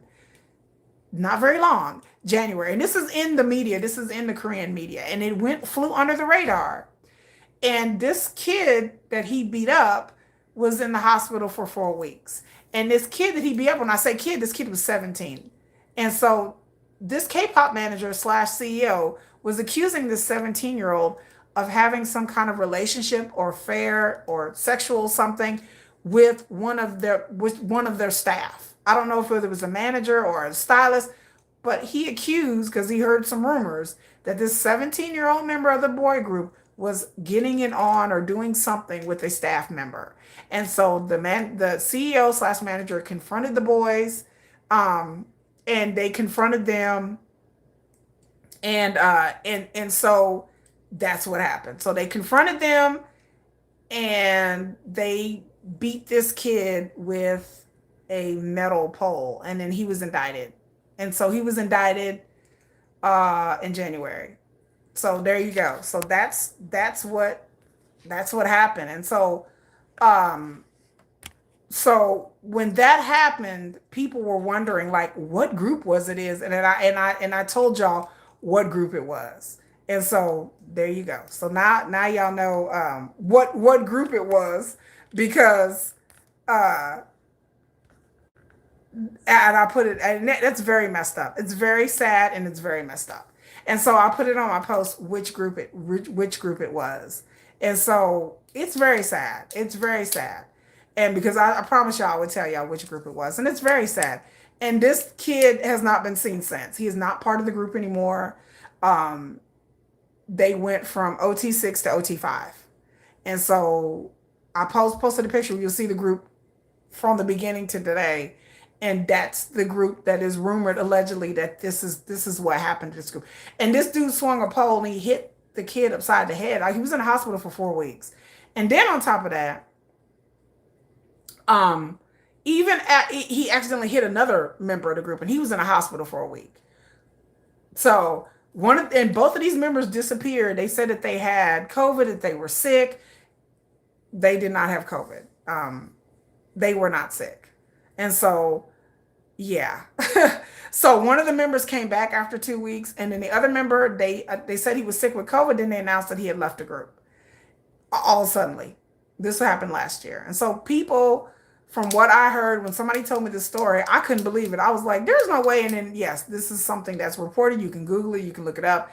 And they named the person, and they didn't really name the guy in the group. But this boy has not been seen, from what I've heard, since. And from what I heard, this person, allegedly, from what I heard in the industry, this person was an abusive drunk.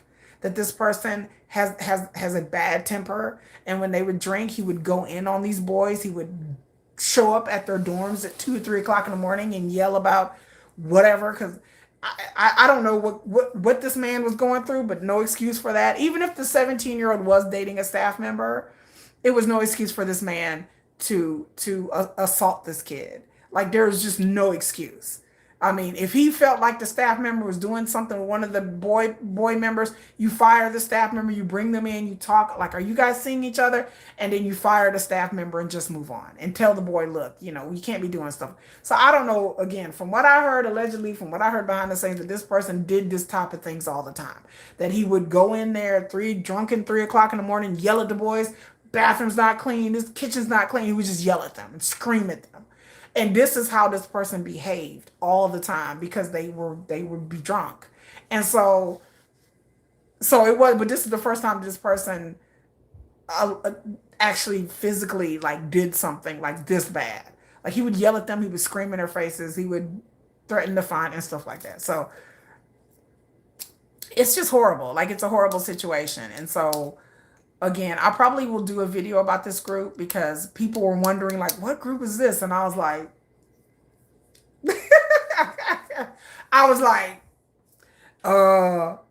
I couldn't really say, and so all I could do is post a picture because I didn't want to, you know, I didn't want to like out this person, to being like whatever. So I didn't want to come on here and just out this person, be or out this group without. But like I said, I don't know for certain or for sure, you know. But there you go. So I told y'all I promised I'd come in here and let you guys know. But that's what it is. So it's just crazy. I just it's just crazy. So I don't understand why anybody would again, I've said it before, why anybody would want to work with children and young people and either have no experience working with children or young people and just be mean to them and awful to them. Um, they shouldn't receive no hate because again, it's kind of like it's not their fault. They these boys didn't do anything. This manager still works for the company, by the way. He's just not the CEO anymore. He's still listed as a producer. So there's evidence that credible evidence this person just is not the CEO anymore. There's a new CEO and they just moved this person to a producer. So there's evidence out there. But yeah, they shouldn't receive any hate. It's not these boys' fault. They didn't do not enough to get beaten with a metal pipe. Like that's horrible. And like I said, the member that got assaulted, he's not there anymore. So I again, I hope this young man is okay. Um, I hope he's okay. Like I just if he's not okay, then he probably is still drinking. I would say allegedly, he probably is still allegedly, from what I hear, probably still drinking. Um, and again, that just shows you like what it means to be in a small agency, like to be in an agency that's small like that. And again, and I've said it before, and I'll say it again, and I'll leave y'all with this. There's so many agencies that pop up in Korea right now, more than what it was when BTS was around. When BTS was around, it was not, the third generation was not this bad. Come to fourth and fifth generations, there are so many groups and so many agencies that'll make your head spin. It seems like every other couple of months, there's a new group, there's a new agency. It's all the time. And it kind of makes you think again, from what I heard, the danger is that these companies are using K-pop as a way to get rich quick. And there are people who are unscrupulous people running these small agencies. There are unscrupulous people in big agencies, true. But in big agencies, they have more resources, and so they have more of organization. But in a lot of these small K-pop groups, they are literally just exploiting these young people. They're exploiting their dreams. They're exploiting the staff. Everybody gets exploited. The staff that decides to work for them gets worked to death. The wardrobists and the hairstylists get abused. They get talked down to. They have to work off the clock. So nobody benefits from having a company run by unscrupulous people who don't know how to run a business, who don't know how to deal with people, and started a business because they are looking to get rich quick. That's what's going on in the industry. And so I don't know if the government can do something about this. I don't know. But all I know is that to see the uptick in new groups and see the uptick in all these companies that just seem to form out of nowhere. And then they start these reality shows where they have these K-pop elimination shows that I hate with a passion. So they have small companies and big companies that do these elimination shows. The bigger ones are corrupt, but the little ones are even worse. So I just feel like they're chewing people and spitting them out. The Korean economy, I've posted things in my channel about the Korean economy not going well for the young people, that older people are staying in jobs longer and not retiring because of the economy. I posted something about the use of substance abuse in Korea, that it's underreported, that people don't want to admit that that young people are having substance abuse problems. I'm here to tell you, they are. It's more than the numbers telling you. There is a lot of substance abuse with young people as high school kids, middle school kids, that it keeps increasing. And so the more the economy keeps tanking and things, and people feel like there's no hope, and a lot of young people are starting to feel hopeless. I don't know what's going to give. There are a lot of very depressed, struggling young people all over the world. But like I said, for me talking to people in Korea, there's a lot of social anxiety, there's a lot of mental health issues, there's a lot of things going on in Korea that, again, goes on everywhere, but it just seems like nobody really wants to talk about it. It's kind of like under the surface, and nobody really wants to talk about it. Mental health issues is still looked upon in a bad light in South Korea. And so, and then not finding a job and not finding opportunity, it's very competitive. And so you're putting the young people in a situation where they feel like they are hopeless. And when young people feel like they're hopeless, that is never good for a society. Look what happened in Nepal. If you don't know what happened in Nepal, go look it up. When young people become broke and and feel hopeless and helpless, that's what happens in Nepal. That is if these countries can continue on and limiting opportunities for young people, and basically the rich people are getting richer and the poor are getting poorer, you're going to have Nepals all over the place. Viva Nepal. So, I mean, you're just going to have a bunch of disaffected young people who feel like they have no future. And that is dangerous for any society. And I just feel like if Korea doesn't get a hold of their economic situation, then we are careening in toward people, young people are just going to tune out and give up. And if young people aren't working, then your society pretty much collapse. The population is getting older, the birth rates are down, and of course, all over Asia. And so you don't have enough labor force because people aren't having babies. People aren't getting married, people aren't having babies. And so I've watched many videos about how Korea is going to be by 2070, and it's pretty bleak. Like, the people don't think that in 100 years, if they continue on this trajectory, there won't be a South Korea. Or South Korea will be very different than what we know of as today. And so, and that's the way for any country. If you don't have people having children and you have an aging population, that aging population cannot work. They need someone to take care of them. And if you don't have young people working, you don't have opportunities, the young people will either leave and go abroad, or they will just not work. And if you have a bunch of young people not working, it is never good. Like I said, Nepal is one example of how the rich kept getting richer and the young people kept getting poor with no education, no opportunities. And so they just set the whole damn country on fire. And I'm like, well, and if we don't be careful here in America, the same thing will happen here. If we don't provide enough opportunities for young people and an affordable way of living, we are going to head careen to a situation where we are in trouble. And the young people are not going to have it. They're not having it.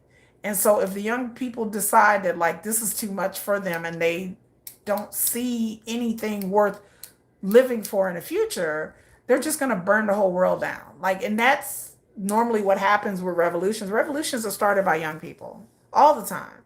And so you have to have a positive future for young people. And so for me and my family, like, we're leaving here. Like, eventually, once my kid graduates and does the SATs, we are living here to go some other place different. And so, because I don't see, unless things change, like, I see a very bleak future. If my kids can't work, then they don't eat. Like, if we can't find job opportunity, if I don't feel like my kids get education and get job opportunities, then we'll leave here and go someplace else. So I'm pushing my kids towards going to college overseas. But again, I can do that because, I have the resources. And I know a lot of people don't have the resources to do that. But I would tell people that young people are our future. For any society, any country, young people are your future. You have to take care of the young people, and not just be like, well, everything's good for me now. But then, well, what about the next generation? And so I'm always trying to look to my next year. My life is my life, but I understand that my life continues on with my children. So I try to do everything to give them advantages and give them opportunities and things that I never had. I'm just a poor kid. I'm just a poor kid from Michigan. I love K-pop. I have a whole channel. This is what this channel is about. It's K-pop. But anyway, kids, I just like to say until next Saturday. Every Saturday here at 8 p.m. mostly, unless I tell y'all that I'm not going to be here on a Saturday. If something may pop up, like, then I don't be here. But every Saturday, I thank everybody from joining me, and I'm fixing to go uh fix me a salad. I'm hungry. I need to fix some real food besides a Korean pancake. But bye, y'all. Thank you, Lee Felix. I do have videos about Stray Kids. And yes, I will enjoy my Sunday and I will be working on my videos tomorrow. I think I'm going to just rest tonight and watch that. And y'all go watch that Big Bang documentary. And we'll come back next week and we'll talk about that Big Bang documentary that was made in 2006. Y'all go watch it right now. Get off this damn live stream and go watch, go on YouTube and search for that Big Bang YG documentary. And I'm fixing to watch the rest of it and we'll talk about it next week. But thank you, Susanna. Thank you, Lee Felix. Thank you, Marie, and everybody else, ATP. Y'all, I'm out of here. Good night, y'all.